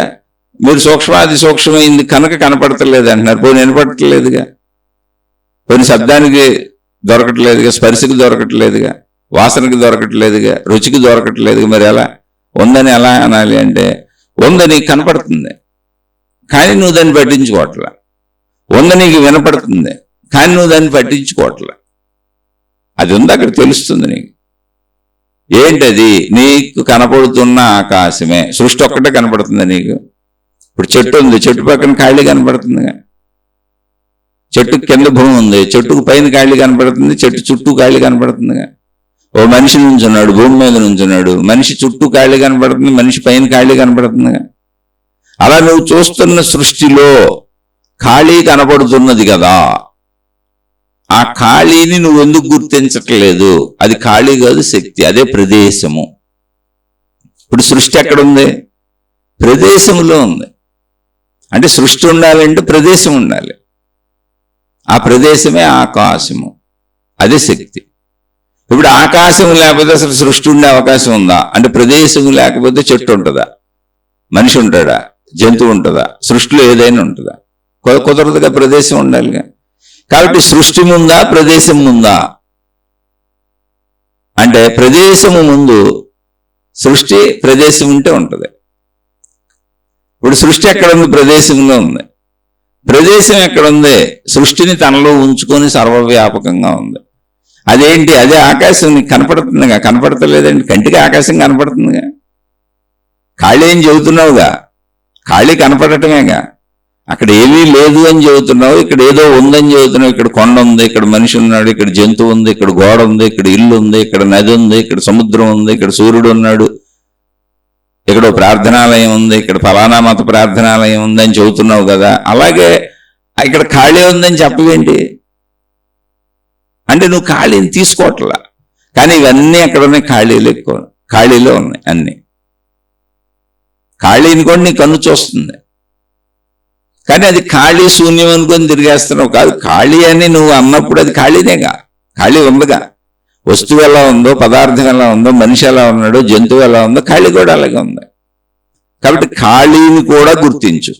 ఎందుకనంటే ఖాళీ లేకపోతే అసలు ఇవన్నీ ఉండటానికి లేదు. ఖాళీ లేకపోతే సృష్టిలో ఏ ఒక్కటే ఉండటానికి అవకాశమే లేదు. కాబట్టి అసలు సృష్టి ఉండటానికి అవకాశము కల్పించినది మొట్టమొదట ఖాళీ, అదే ఆకాశ స్థితి. అప్పుడు ఆకాశ స్థితి ఏంటి అన్నప్పుడు అదే శక్తి స్థితి అన్నారు. అది శక్తి. ఏమంటే మీరు ఆకాశం శక్తి అంటే మరి అక్కడ ఏముందండి? ఏం కనపడతలో, తిరుగుతున్నాం కదా. శక్తి అంటే ఎలా నమ్మాలి? అంటే అందులో ఇందాక చెప్పాను, శబ్దము కూడా ఉంది. నువ్వు ఖాళీని గుర్తించడమే కాదు, నువ్వు శబ్దాన్ని కూడా వినొచ్చు. మీరు గమనించి చూడండి, మీరు ఎక్కడైనా ఏ శబ్దము చేయకుండా నిశ్శబ్దంగా ప్రశాంతంగా ఒక ఖాళీ ప్రదేశంలో మీ ఇంట్లోనే చక్కగా తలుపులు వేసుకొని నిశ్శబ్ద ప్రదేశంలో కూర్చొని చూడండి. లేదా బయటికి వెళ్ళి ఎక్కడైనా ఏకాంత ప్రదేశంలో ఏ శబ్దము లేని చోట కూర్చోండి, ఫ్యాన్ కూడా ఇవ్వకండి, కూర్చొని చూడండి. మీకు బుయ్యి అని ఒక శబ్దం వినపడుతూనే ఉంటుంది, నిరంతరం వినపడుతూనే ఉంటుంది. మీరు ఎక్కడికైనా వెళ్ళండి, అది వినపడుతూనే ఉంటుంది. ప్రశాంతతలో వినపడుతుంది, నిశ్శబ్దంలో వినపడుతుంది ఆ శబ్దం. అది ఆకాశనాదము, ఆకాశ శబ్దం. దాన్నే ప్రణవనాదము అన్నారు. అంటే నువ్వు దేన్ని ఖాళీ అన్నావో దాంట్లో నాదం కూడా ఉంది, శబ్దం కూడా ఉంది. నువ్వు గుర్తించట్లేదు, ప్రాబ్లం అది. నువ్వు గుర్తించే స్థాయిలోనే నాదం కూడా ఉంది. నువ్వు చప్పులు చేయకుండా ఉండి, నువ్వే శబ్దాలు పెట్టుకోకుండా చేయకుండా ఉంటే నీకు ఆ నాదం వినపడుతుంది. ప్రణవనాదము అన్నారు దాన్ని. దానికే మనిషి లోపల కూడా శబ్దం వస్తుందని అనాహతము అని పేరు పెట్టారు. హతము అంటే చనిపోవటం, హత్య అంటే చూడండి, హత్య చేశాడని చంపేశాడని. హతము అంటే చనిపోవటం, అనాహతము అంటే చావు లేనటువంటి, అంటే నశింపు లేనటువంటి, అంటే ఆగిపోనటువంటి శబ్దము. ఎప్పుడు ఆగదు అసలు, మీరు గమనిస్తూనే ఉండండి. అనాహతనాదము అన్నారు దాన్ని. నిరంతరం వినపడుతూనే ఉంటుంది. దాన్నే ప్రణవనాదము అన్నారు. పేర్లు పెట్టారు అంతే, కానీ మీకు ఆ శబ్దం ఉంది చూడండి, ఎక్కడికి వెళ్ళినా ఉంది, ఎప్పుడు ఉంది. అది వినపడుతూనే ఉంటుంది. కాబట్టి ఆకాశమును గుర్తించండి, ముందు ఖాళీని గుర్తించండి. అది శక్తి. అది శక్తి అనడానికి రుజువు ఏంటంటే దాంట్లో నాదం వినపడుతూనే ఉంది, అది శబ్దం చేస్తూనే ఉంది. ఎటువంటి శబ్దము? బ్రేకు లేనటువంటి అనాహత శబ్దం. మనం మాట్లాడితే మధ్య మధ్యలో ఆపేస్తాం. ఏ శబ్దాలైనా ప్రపంచంలో మనిషి చేసే ఏ శబ్దాలైనా మధ్య మధ్యలో ఆగిపోతూ ఉంటాయి. ఇప్పుడు సముద్రపు ఘోష సముద్రం దగ్గరే వస్తుంది, మళ్ళీ దూరం వెళ్ళిపోతే రాదు. కానీ అనాహత నాదము అన్ని చోట్ల ఉంటుంది, లేని ప్రదేశమే లేదు. ప్రణవనాదము. దాన్ని నువ్వు ఐడెంటిఫై చేయట్లేదు అంతే, నువ్వు గుర్తించట్లేదు, అది నీ ప్రాబ్లం. అందుకని దాన్ని గుర్తించాలంటే ఏం చేయాలి? ఇప్పుడు నువ్వు ప్రశాంతంగా కూర్చోవాలి, ఏకాంతంగా కూర్చోవాలి, ఏ శబ్దము చేయకుండా కూర్చోవాలి. అదే ధ్యాన భంగిమ. ధ్యానం. చక్కగా కూర్చో, విశ్రాంతిగా చెట్టు కింద కూర్చో.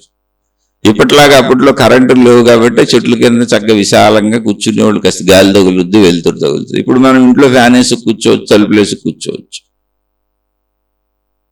అలా కూర్చొని చక్కగా ధ్యానం అంటే ఏంటి? ఆ అనాహతనాద శబ్దాన్ని విని ఆ ఖాళీని అనుభవించు. ఖాళీని అనుభవించు. శబ్దం వినపడుతుందా లేదు చూడు, అది ఖాళీ కాదు, అదే శక్తి. సూక్ష్మాది సూక్ష్మమైంది, అదే కాన్షియస్నెస్, అదే అవేర్నెస్. కాన్షియస్నెస్ అంటే స్పృహ. మొత్తం ఆకాశానికి స్పృహ ఉంది, ఎరుకుంది, అది శక్తితత్వం, నాదం చేస్తుంది, దానిలో చైతన్యత ఉంది, సజీవత ఉంది. కానీ మనకు అది శక్తితత్వం రూపధారణ అవ్వకపోవడం వలన, ఘనత్వాన్ని పొందకపోవడం వలన మనకు ప్రకృతిలోని వస్తువులు, విషయాలు, పదార్థాలుగా కనపట్ల, ఆకాశంలా కనపడుతుంది. అంటే సృష్టి ఎలా ఉందంటే అనంత ఆకాశ శక్తిలో అక్కడక్కడ శక్తి ఘనత్వాన్ని పొందింది, అది మనకు సృష్టిలా కనపడుతుంది. మిగిలిందంతా ఖాళీలా కనపడుతుంది, కానీ మొత్తం ఏకమే.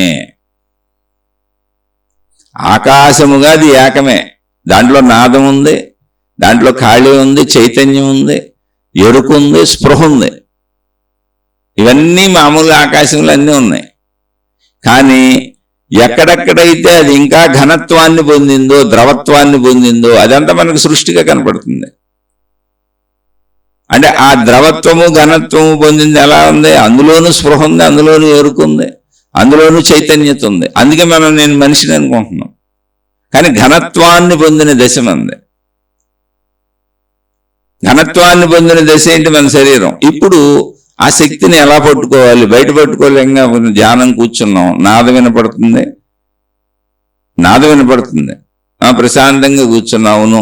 ఇప్పుడు నేను నమ్మా నాదం వినపడుతుంది అంటే ఆకాశానికి శబ్దం కూడా ఉంది, ఆకాశం శక్తి అయి ఉండొచ్చు, లేకపోతే నాదం ఎందుకు వస్తుంది? ఒక మనిషి మాట్లాడగలుగుతున్నాడంటే బ్రతుకున్నాడు అంటే అతనిలో ఒక సజీవత్వం ఉంది, శక్తి ఉంది. మనిషి చనిపోతే మాట్లాడలేడు.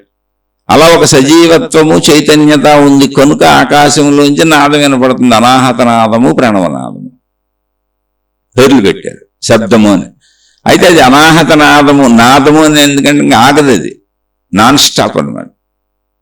అంటే ఎప్పుడూ ఉంది, అది అంతటా ఉంది, సర్వత్రా వ్యాపించున్న ఆకాశం ఎంత ఉందో అంత ఉంది.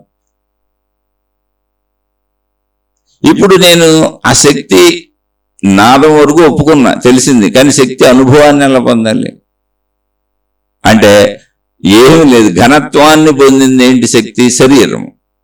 ఇప్పుడు ఘనత్వాన్ని పొందిన మనిషిని అనుకుంటా, నాలాంటి మనుషులు వేరుగా ఉన్నారు, సృష్టి అంతా వేరువేరుగా కనపడుతుంది. నాలో ఘనత్వపు అంశం ఏంటి? శరీరము. నాలో ద్రవత్వపు అంశం ఏంటి? శరీరంలోనే రక్తమాంసాదులు. అలా నాలో ఈ ఘనత్వపు అంశ శరీరము కనుక శరీర భావాన్ని కాసేపు పక్కన పెట్టేశా. ఇప్పుడు నాలో మనోభావం నడుస్తుంది, అంటే అనేక ఆలోచనలు ఉన్నాయి. ఈ శరీరంతో నేను గ్రహించిన విషయాలన్నీ మనసుగా ఆలోచనలు కదులుతున్నాయి, భావాలు కదులుతున్నాయి, జ్ఞాపకాలు కదులుతున్నాయి, లోపల కదులుతున్నాయి. అవన్నీ ఎలా ఉన్నాయి అంటే వాటికి రూపం లేదు, ఘనత్వం లేదు, వాటికి రూపం లేదు. ఫలానా రూపంలో ఉన్నాయని తెలియదు. ఎక్కడ ఉన్నాయి? నాలో ఉన్నాయని తెలుసు, కానీ ఎక్కడ ఉన్నాయో తెలియదు. ఎంత ఉన్నాయో కూడా తెలియదు. మనసు ఎంత ఉంది? అనంతంగా ఉంది. ఎందుకని? శరీర పరిమితి నాకు తెలుస్తుంది, కానీ మనోపరిమితి తెలియట్లా. కారణం ఏంటంటే మనసులో విమానాలు పడుతున్నాయి, రైళ్లు పడుతున్నాయి, బస్సులు పడుతున్నాయి, మనుషులు పడుతున్నారు, ప్రదేశాలు పడుతున్నాయి. మనసును గమనిస్తే మనసు అనంతంగా ఉంది. ఎందుకంటే ఎన్నైనా అందులో పడుతూనే ఉన్నాయి, ఎక్కడ ఇరుకు లేదు, బరువు లేదు. అంటే జాగ్రత్తగా గమనిస్తే మనసు ఆకాశము వలె ఉంది. ఆకాశమునకు మనసుకు దగ్గర పోలుకుంది. కానీ నా మనసులో భావాలు నాకు తెలుస్తున్నాయి, ఆ బయట ఆకాశంలో ఏమున్నాయో నాకు తెలియట్లే. ఓకే, ఇప్పుడు నీ మనసులోనే కూర్చో. ఈ మనసులో ఉన్న భావాలు ఏంటి? నీ మనసులో ఉన్న దృశ్యాలేంటి, శబ్దాలేంటి, రూపాలేంటి, వాసనలేంటి, అనుభవాలేంటి, భావాలేంటి, జ్ఞాపకాలేంటి, గుర్తులేంటి? ప్రపంచం, నేను శరీరంతో ప్రపంచం నుండి గ్రహించినవన్నీ మనసులో ఉంది. అంటే అవన్నీ శరీరపరమైన విషయాలు, ప్రపంచపరమైన విషయాలు. అవును, మరి అప్పుడు మనసు ఇవన్నీ ఎక్కడున్నాయి అంటే నాలో ప్రాణశక్తి ఉన్నది. ప్రాణశక్తి చేత శరీరము కదలటం చేత, శరీరములో ఉన్న పంచేంద్రియముల ద్వారా వాటిని నేను అనుభవించి గ్రహించటం చేత, అలా నేను అనుభవించి గ్రహించినవన్నీ ప్రాణశక్తిలో నిక్షిప్తమైనవి, ప్రాణశక్తికి అంటుకున్నాయి. ఆ అంటుకున్న ప్రదేశం మనసు. ఓకే, ఇప్పుడు ప్రాణశక్తిలో అంటుకున్నవన్నీ ప్రాపంచిక విషయాలేగా, శరీరపరమైన విషయాలేగా. శరీరము ప్లస్ ప్రపంచము కలిస్తే మనసు, అది ప్రాణశక్తిలో అంటుకుంది. ప్రాణశక్తిలో అంటుకున్న వాటిలోంచి శరీరము మనస్సును తీసేయి. ఇలా ఋషులు తమలోకి తాము వెళ్ళి తపస్సు చేశారు. ఈ తపస్సు చేయడానికి ఏం పెద్ద అన్వేషణ చేయలేదు, ఏం పెద్ద పెద్ద ఆకాశం నుంచి ఊడిపడిన ఆలోచనలు కాదు. రోజు నిద్రాస్థితిలో అక్కడికి వెళ్తున్నాం. మన జీవితంలోనే ఉంది అదంతా. నేను నిద్రపోయినప్పుడు ఏమైంది, నిద్రపోవాలంటే ఏం జరిగింది, అసలు నా స్వప్రయత్నంతో శరీరాన్ని తీసుకెళ్లి మంచం మీద పడుకోబెట్టా. ఇంక ఈ పూట పనులు ఏం చేయను, ఇంక వాళ్ళకి పనులు ఆపేస్తున్నాను, ఇంక నిద్రపోవటం అనేటువంటి ఒక సలహాని నేనే నాకు చెప్పుకున్నా. అదే నా మనస్సుకి అని చక్కగా పడుకోబెట్టేశా, శరీరాన్ని మంచం మీద పడుకోబెట్టేశా. ఇప్పుడు మనసు ఏమైంది, కాసేపు సంచరిస్తుంది, తిరుగుతుంది. అది స్వప్నలోకం కింద మారిపోయింది. శరీరం నిద్రపోయింది, మనసు తిరుగుతుంది. అది స్వప్నలోకము, కళలో. అంటే మనసులో ఉన్నవన్నీ మనసే చూసుకుంటుంది. అది మానసిక దర్శనము, కళలు కాదు, అది మనోదర్శనము. మనం మెలకువలో శరీర దర్శనం, ఇక్కడ జరుగుతుంది మనోదర్శనము. ఇది మనోదర్శనం జరిగింది. స్వప్నలోకం అంతా మనోదర్శనం. అంటే మనసు తిరుగుతుంది, తనలో ఉన్న వాటినన్నింటినీ చూసుకుంటుంది, అనుభవిస్తుంది. మళ్ళీ ఆ మనసులో నేను కూడా ఉన్నా. ఎందుకని, నన్ను నేను అద్దంలో చూసుకున్నా, నేనున్నానని పగలు నేను భావించుకొని నా ఇంద్రియాలతో నన్ను నేనే గ్రహిస్తున్నా. ఇది నా కాళ్ళు చేతులు, ఇది నా శరీరం అని ఎదుటి మనిషిని ఎలా గ్రహిస్తున్నానో నన్ను కూడా నేను అలాగే గ్రహిస్తున్నాక మెలకువలో. కాబట్టి నేను కూడా నా లోపల ఉన్నా. అలా మనోదర్శనం జరిగింది. స్వప్నలోకం అంతా మనోదర్శనము. మామూలుగా మనం మెలకువలో తిరిగేదంతా శరీర దర్శనము, సృష్టి దర్శనం. ఇది శరీర దర్శనము, మనోదర్శనము.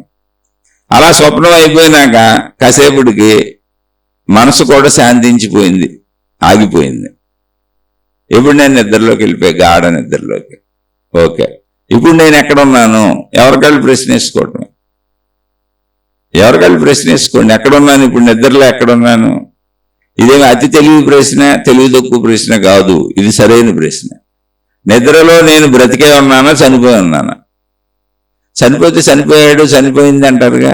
మరి నిద్రపోతున్నానంటే అర్థం ఏంటి? బ్రతికే ఉన్నాను, బ్రతికే ఉన్నాను, కానీ శరీర స్పృహ లేదు, నేనున్నానని నాకే తెలియదు. మనోస్పృహ కూడా లేదు, మనోదర్శనం అయిపోయింది, కళలు అయిపోయింది. మరి అప్పుడు ఎక్కడున్నాను? ఇంకా నాలో ఉన్నది ఏంటి? ప్రాణశక్తి. శరీరము, మనసు, ప్రాణశక్తి. అప్పుడు నేను ప్రాణశక్తి స్థితిలోనే ఉండాలి, ఇంకో ఛాన్స్ లేదు. అలా తనను తాను అన్వేషించుకున్న వాళ్ళకు దొరికిన ఆన్సర్లు అయ్యి, అసలు ఇంకో ఛాన్సే లేదు. ప్రాణశక్తి స్థితిలోనే నేను ఉండాలి. ప్రాణశక్తి స్థితిలో ఉన్నానని నాకు అర్థమవుతుంది కనుక, ఎప్పుడు అర్థమవుతుంది? మెలకు వచ్చినప్పుడు. ఇలా పరిశీలించుకున్నటువంటి ఋషులు, మునులు, యోగులు ఎవరన్నారో, అసలు ఈ ప్రాణశక్తి స్థితిని మనం భౌతికంగా అంటే మెలకువలో ఆ స్థితిని చేరుకోవచ్చా, ఆ స్థితిని అనుభవం పొందొచ్చా అని ప్రయత్నాలు చేశారు. అవే తపస్సు. నా శరీర స్థితిని, మనోస్థితిని నేను వదిలి నిద్రాస్థితిలోకి వెళ్తున్నాను కదా, అది సృష్టి సహజ ఏర్పాటు ఉంది శరీరంలో. అక్కడ ప్రాణశక్తి స్థితిలోకి వెళ్ళాను. ప్రాణశక్తి స్థితిగా నాకు ఉంది, ఇంకా లేకపోతే చనిపోయాడు అంటారు.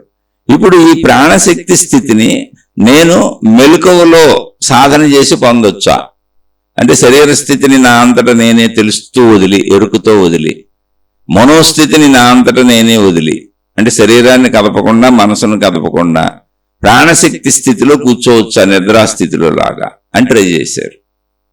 అలా ట్రై చేసినటువంటి జీవన్ముక్తులు ఆ ప్రాణశక్తి స్థితిని పొందినవారు, వాళ్ళని జీవన్ముక్తులు అన్నారు.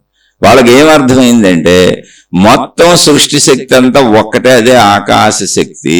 అసలు శరీర భావన, మనోభావన లేవుగా. అక్కడ ఎరుకలో పొందారు, ప్రయత్నించి ఎరుకలో పొందారు. సంవత్సరాలు పట్టిందా, ఎన్ని సంవత్సరాలు పట్టింది అడగండి, సంవత్సరాలే పట్టింది.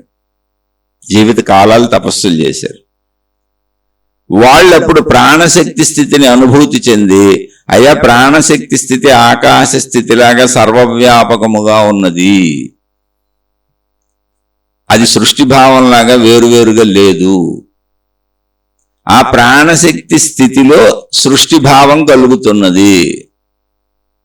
ఆ ప్రాణశక్తి స్థితి ఒకసారి అనుభవం అయినాక పోవటం, అది నిశ్చలంగా నిలబడిపోయింది మాకు.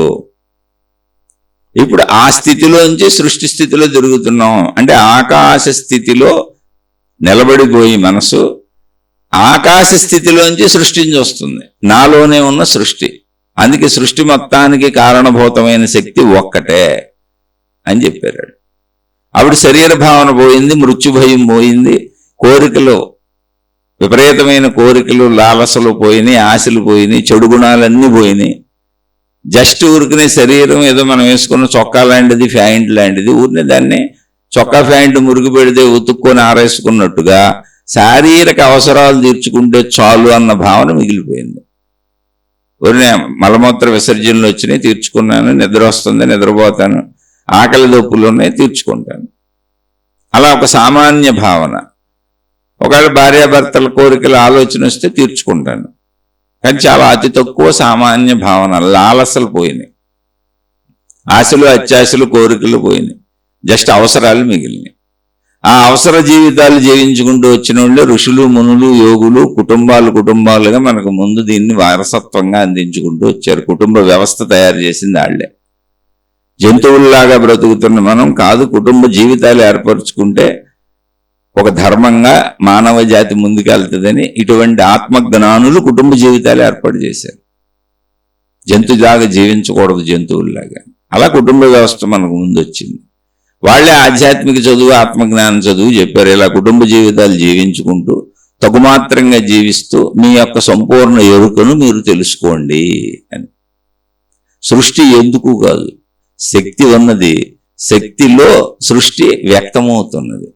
సముద్రంలో తరంగాలు ఎగిసిపడుతున్నట్టుగా. అలా తరంగాలు ఎప్పటికే ఉంటాయి, ఎందుకని సముద్రం ఎప్పటికే ఉంటుంది కనుక. కానీ సముద్రం అంతా ఎగిసిపడుతుందా? లేదు, తరంగాలు మాత్రమే ఎగిసిపడుతున్నాయి. అలాగే సృష్టి సముద్ర తరంగాలు వలె ఆకాశ శక్తిలో ఎగిసిపడుతున్న ఘనత్వము, రూపధారణ జరుగుతుంది. మళ్ళీ రూపాలు కోల్పోయి శక్తి అయిపోతుంది. మళ్ళీ రూపధారణలో అలా జంతువుల నుంచి జంతువులు, మనిషి నుంచి మనుషులు, మరణించిన వాళ్ళంతా మళ్ళీ శక్తి అయిపోతారు. అయితే ఇప్పుడు మరణించిన వాళ్ళంతా అవుతారా అని ఇక్కడ మళ్ళీ ప్రశ్న ఇవ్వకండి, అది మళ్ళీ వేరే స్టోరీ ఉంది. జీవన్ముక్త స్థితిని తెలుసుకునే వరకు జనన మరణ పరంపర ఆగదు అని మహాత్ములు చెప్పారు. అంటే నేను శక్తిని నువ్వు తెలుసుకునే వరకు శక్తులు కలవు. ఎందుకని? నేను శరీరం అన్న భావనలో ఉంటావు గనుక ఒకవేళ మరణం జరిగిపోతే, శరీరం శిథిలమై పాడైపోతే ఇంకో శరీరాన్ని తీసుకోవడానికి ప్రయత్నించి నీ అంతట నువ్వు ఇంకో శరీరాన్ని మళ్ళీ తీసుకుంటావు. దానికి సృష్టిలో ఏర్పాట్లు ఉన్నాయి, కర్మ సిద్ధాంతం ఉంది, మళ్ళీ అక్కడ బోల్డ్ స్టోరీ ఉంది. విషయపరంగా అయితే ఇది నేను శక్తిని తెలుసుకోవాలి.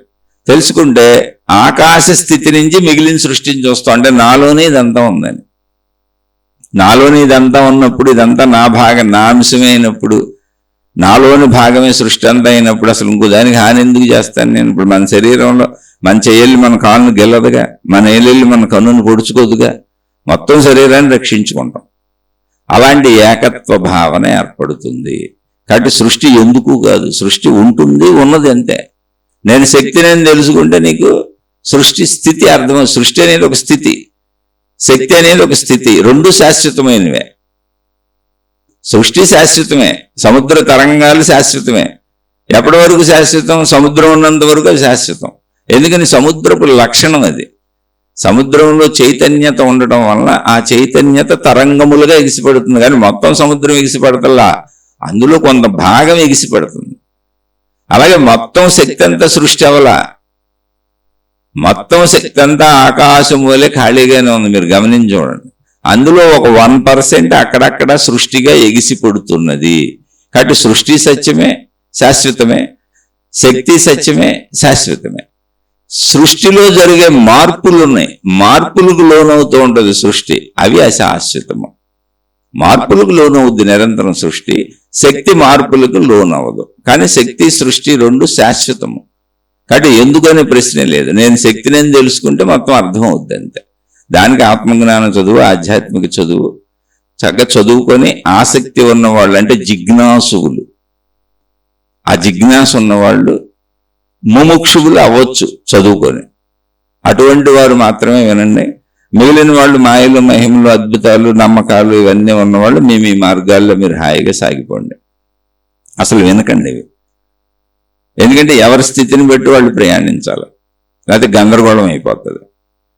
కాబట్టి ఇది అర్థమవుతున్న వాళ్ళు, ఈ జిజ్ఞాస ఉన్నవాళ్ళు తృప్తి ఉండి నా జీవితం బాగానే ఉంది, నేను ఉన్నంతలో తృప్తిగా బతకగలను, తృప్తిగా బతుకుతూ నేను జ్ఞానాన్ని తెలుసుకుంటాను, అసలు ఇదంతా ఏంటి, నా సంపూర్ణతను తెలుసుకుంటాను అనే వాళ్ళకి ఈ ఆధ్యాత్మిక చదువు, ఆత్మజ్ఞాన చదువు పనికొస్తుంది.